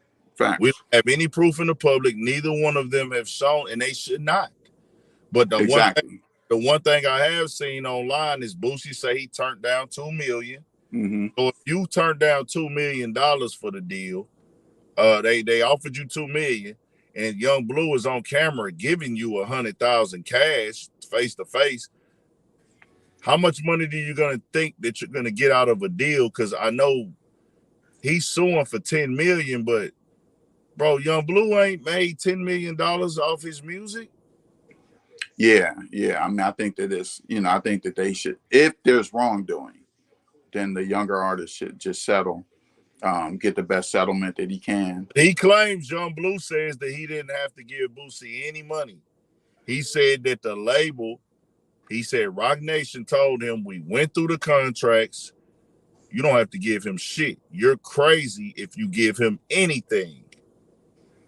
That's what they told him. They told him you don't. That's what Young Blue says. He said when Rock Nation went through his contract, we got this, we got that. Okay, hey, bro, he ain't got no studio time documents. He ain't got this, he ain't got that, he ain't got this. Hey, man, you don't have to give Boosie anything. Yeah, I wouldn't trust that. Here's what I would say, right? Like, what they could do is they could play the long game, which seems like they're trying to do. Of course, that's what they... And try to make old dude run out of money by just dragging it out and see if he gets tired of pushing it. But anytime, Rock Nation, they have nothing to stand on. If they sign somebody and, I come and I take their artist, they're going to take me to court. They're not going to be like, well... Hold on. Rock Nation is management. That's not record deal. Rock Nation is his management company. Oh, his management. Okay, yeah. So you can sign with any manager. That's a management deal. Now he went to Empire. That's the record company he's with, but that's a distribution deal. Yeah. You know what I'm saying? I mean, like I'm saying though, Rock Nation, they're in the same situation with their own artists. They do manage people. They do agents, pro football, they do basketball. People too, though, for sure. So it's like if Jay-Z signed you and he put 10,000 into you, and then Puffy came and stole you, and you blew up and you made 200 million in revenue, Jay-Z's not gonna be like, well, because Puffy put money behind you, I'm gonna just let this go. Nah, Jay-Z gonna try to get his money. You see what I'm saying? So, it's a bad situation for the both of them. I would, they should, as Black people, try to settle. If there's wrongdoing, try to settle and move forward. Stop airing each other out. Facts. They should have been did that. Yeah, and I'm, like they should have been. I feel like it's unproductive. It's dumb to be online. It doesn't make any sense at all to go back and forth online. We still don't know why y'all putting, because when you online, basically, Boosie's the one that put it out online, right? And I'm gonna be real with Boosie, bro. You've done too much. What you doing online does nothing for you. The court of public opinion here is not gonna do anything for you. Yeah. I mean, he said some dangerous things. He talked about robbing them, running down. Like, come on, man. That makes entirely no sense. One thing Boosie needs to learn from this, and anybody who wants to get into the music business, keep all your receipts and read every contract, nigga. And you need to be at every meeting that your artist has. You need to be in contact with your artist. You need to know what's going on in your artist's head. You need to really have the documentation of the advertising that you're doing. Exactly. Make him really have to snake you to do something like this. You know what I'm saying? Like, I mean, this dude has to be a cold-blooded snake to do you like that. Nigga, don't, hey, nigga, what are you doing? How much have you invested into me? Can nigga know that, oh, I gave you a mink coat? Like, bro, that sound like some janky shit. Just keeping it 1,000. I let you wear a mink coat and I let you wear my Cubans. Not gave you no Cubans, I let you wear it. Yeah. Like, I mean, you know, I think the biggest thing that he did for him was he got him on the dude's platform. But that ain't boosting no nigga career. I mean, that's not a career seller. Oh, he's on Vlad, so he's gonna make it now in music. Yeah, especially if he doesn't have any music out. Now, if he has music out, even if you got music out, bro, going to Vlad, it can't help, but it's not like, oh, I'm gonna make it in the rap game because I did a Vlad interview. That is not that platform. None of these platforms are that. They just they can help you when it makes sense for certain artists, but a lot of artists never even went to Vlad, and they bigger than artists that went to Vlad. Oh yeah. I'm just saying, it's a push. You got me an interview with Vlad, which that helped me, but I mean, nigga, no, it's not all you need to do, but it's a push. It's a help for sure. That was a nice gesture, but you didn't have to pay no money for that shit. Yeah. It wasn't real documentation of advertising. That wasn't paying for ads. That's somebody who would have did the interview anyways. Yeah. I mean, if I were him, you didn't pay for it.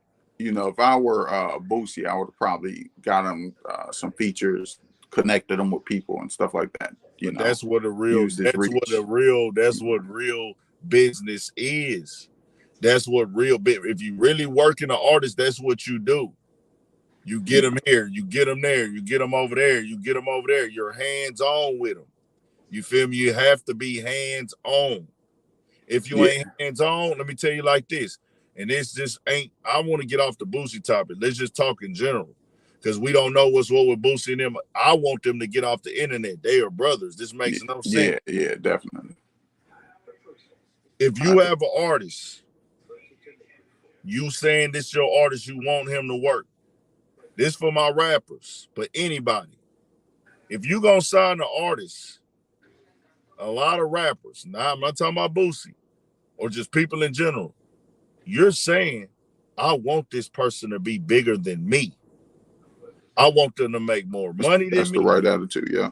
No, that's the only attitude.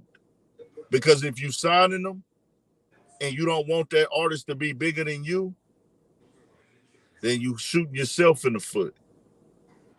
That means you're not ready to be a CEO. You really want to be a rapper still. Go be a rapper. Because what's the point of signing somebody but you don't want them to be bigger than you? You have to be really genuine, exactly, to believe that and try to manifest that. You know, so I agree with you. That's the we all want our children to be better than us. That's what niggas don't understand. The point of signing somebody to a record label is you want them to be the biggest thing in the world. Why else would you sign somebody? You don't sign somebody and say, oh, I only want them to go so far. No, you want this artist to blow up to the maximum. You know, sometimes if you sign an artist, you're not supposed to be richer than the artist you sign. You're not supposed to sign an artist and make more money off the product than they do, or they name than they do. But these niggas nowadays, they want to sign niggas, but they want to make more money than the nigga they signing. Yeah. I mean, I would say like, sense. I'm not saying that for somebody specifically, but that just goes on. You can see how it be working. You can see how the energy go. Like, no, nigga, if you gonna sign the nigga, you got to be really ready for them to make a big portion of the money. You want them to do that. Yeah. They got to pay you back first. You know what I'm saying? If you gave them an advance, you got to get your percentages. But if you don't want that artist to be the biggest artist in the world, then don't sign them. Yeah, let somebody else that really believes in them. Yeah, I mean, you know, I wish that everybody had that type of attitude. You know, it's just you know, people they sign certain people. Like if you're a lyricist and you don't have a certain look, they might sign you and say, once they sign you, hey, you're gonna be a ghostwriter because you don't have this look or you don't have this image or whatever. And you know, I'll just pay you for this. And then the person thought he was gonna be an artist and they end up being a ghostwriter. But they sold him, hey, look, you're gonna be the biggest artist, you're gonna be that. It's just shady how people do things, you know what I'm saying? But they should have the attitude that you just talked about. You know what I'm saying? That should be, you should have their interests, their best interests in your heart. You know what I'm saying? And if you don't have their best interests, then let them go on to somebody else who might have their best interests. So, Ben, I'm gonna get up with y'all though, man. I don't think it's nothing else to really speak on.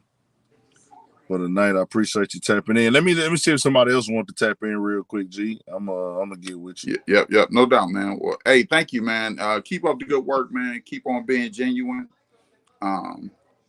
You know, and keep on trying to bring us together. I know that the negativity sells, but we need people like you. And this is like I don't really listen to rap, but I listen to, you know how you just get caught in the algorithm? I listen to your show and then I listen to other people's show. And you were talking about something and it made me look deeper into it. You know, and I said, well, let me look into this. You know, because you always want to know, I'm a little bit older, how brothers are doing, brothers and sisters are doing. So this is my way of, you know, just tapping back in to see how everybody is doing. And it's good to know that it's people like you that's willing to go against what everybody else is doing to do the right thing. So I commend you on that, man. Yeah, for sure. Bet 100. Appreciate it, man. Yeah. We need more people like that, brother. For sure, 100. Did anybody else want to join before I dipped out, man?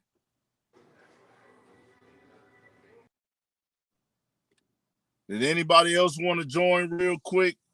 If not, all y'all hit that like button, turn it up, come back and comment after the live over.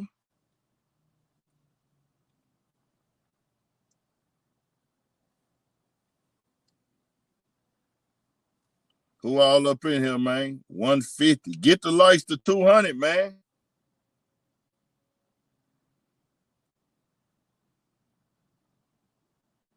Turn the likes up to 200.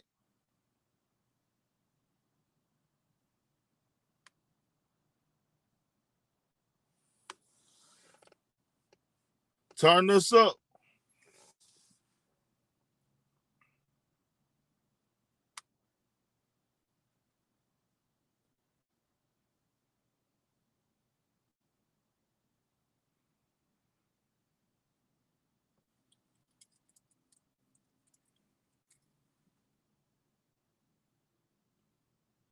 Fuck it. We're going to tap out there, man. Y'all hit that like button if you ain't hit it. If you ain't subscribed, subscribe to the channel. We got more coming, more videos, man. All at 1,000 for shit show. Stay on your pivot, man.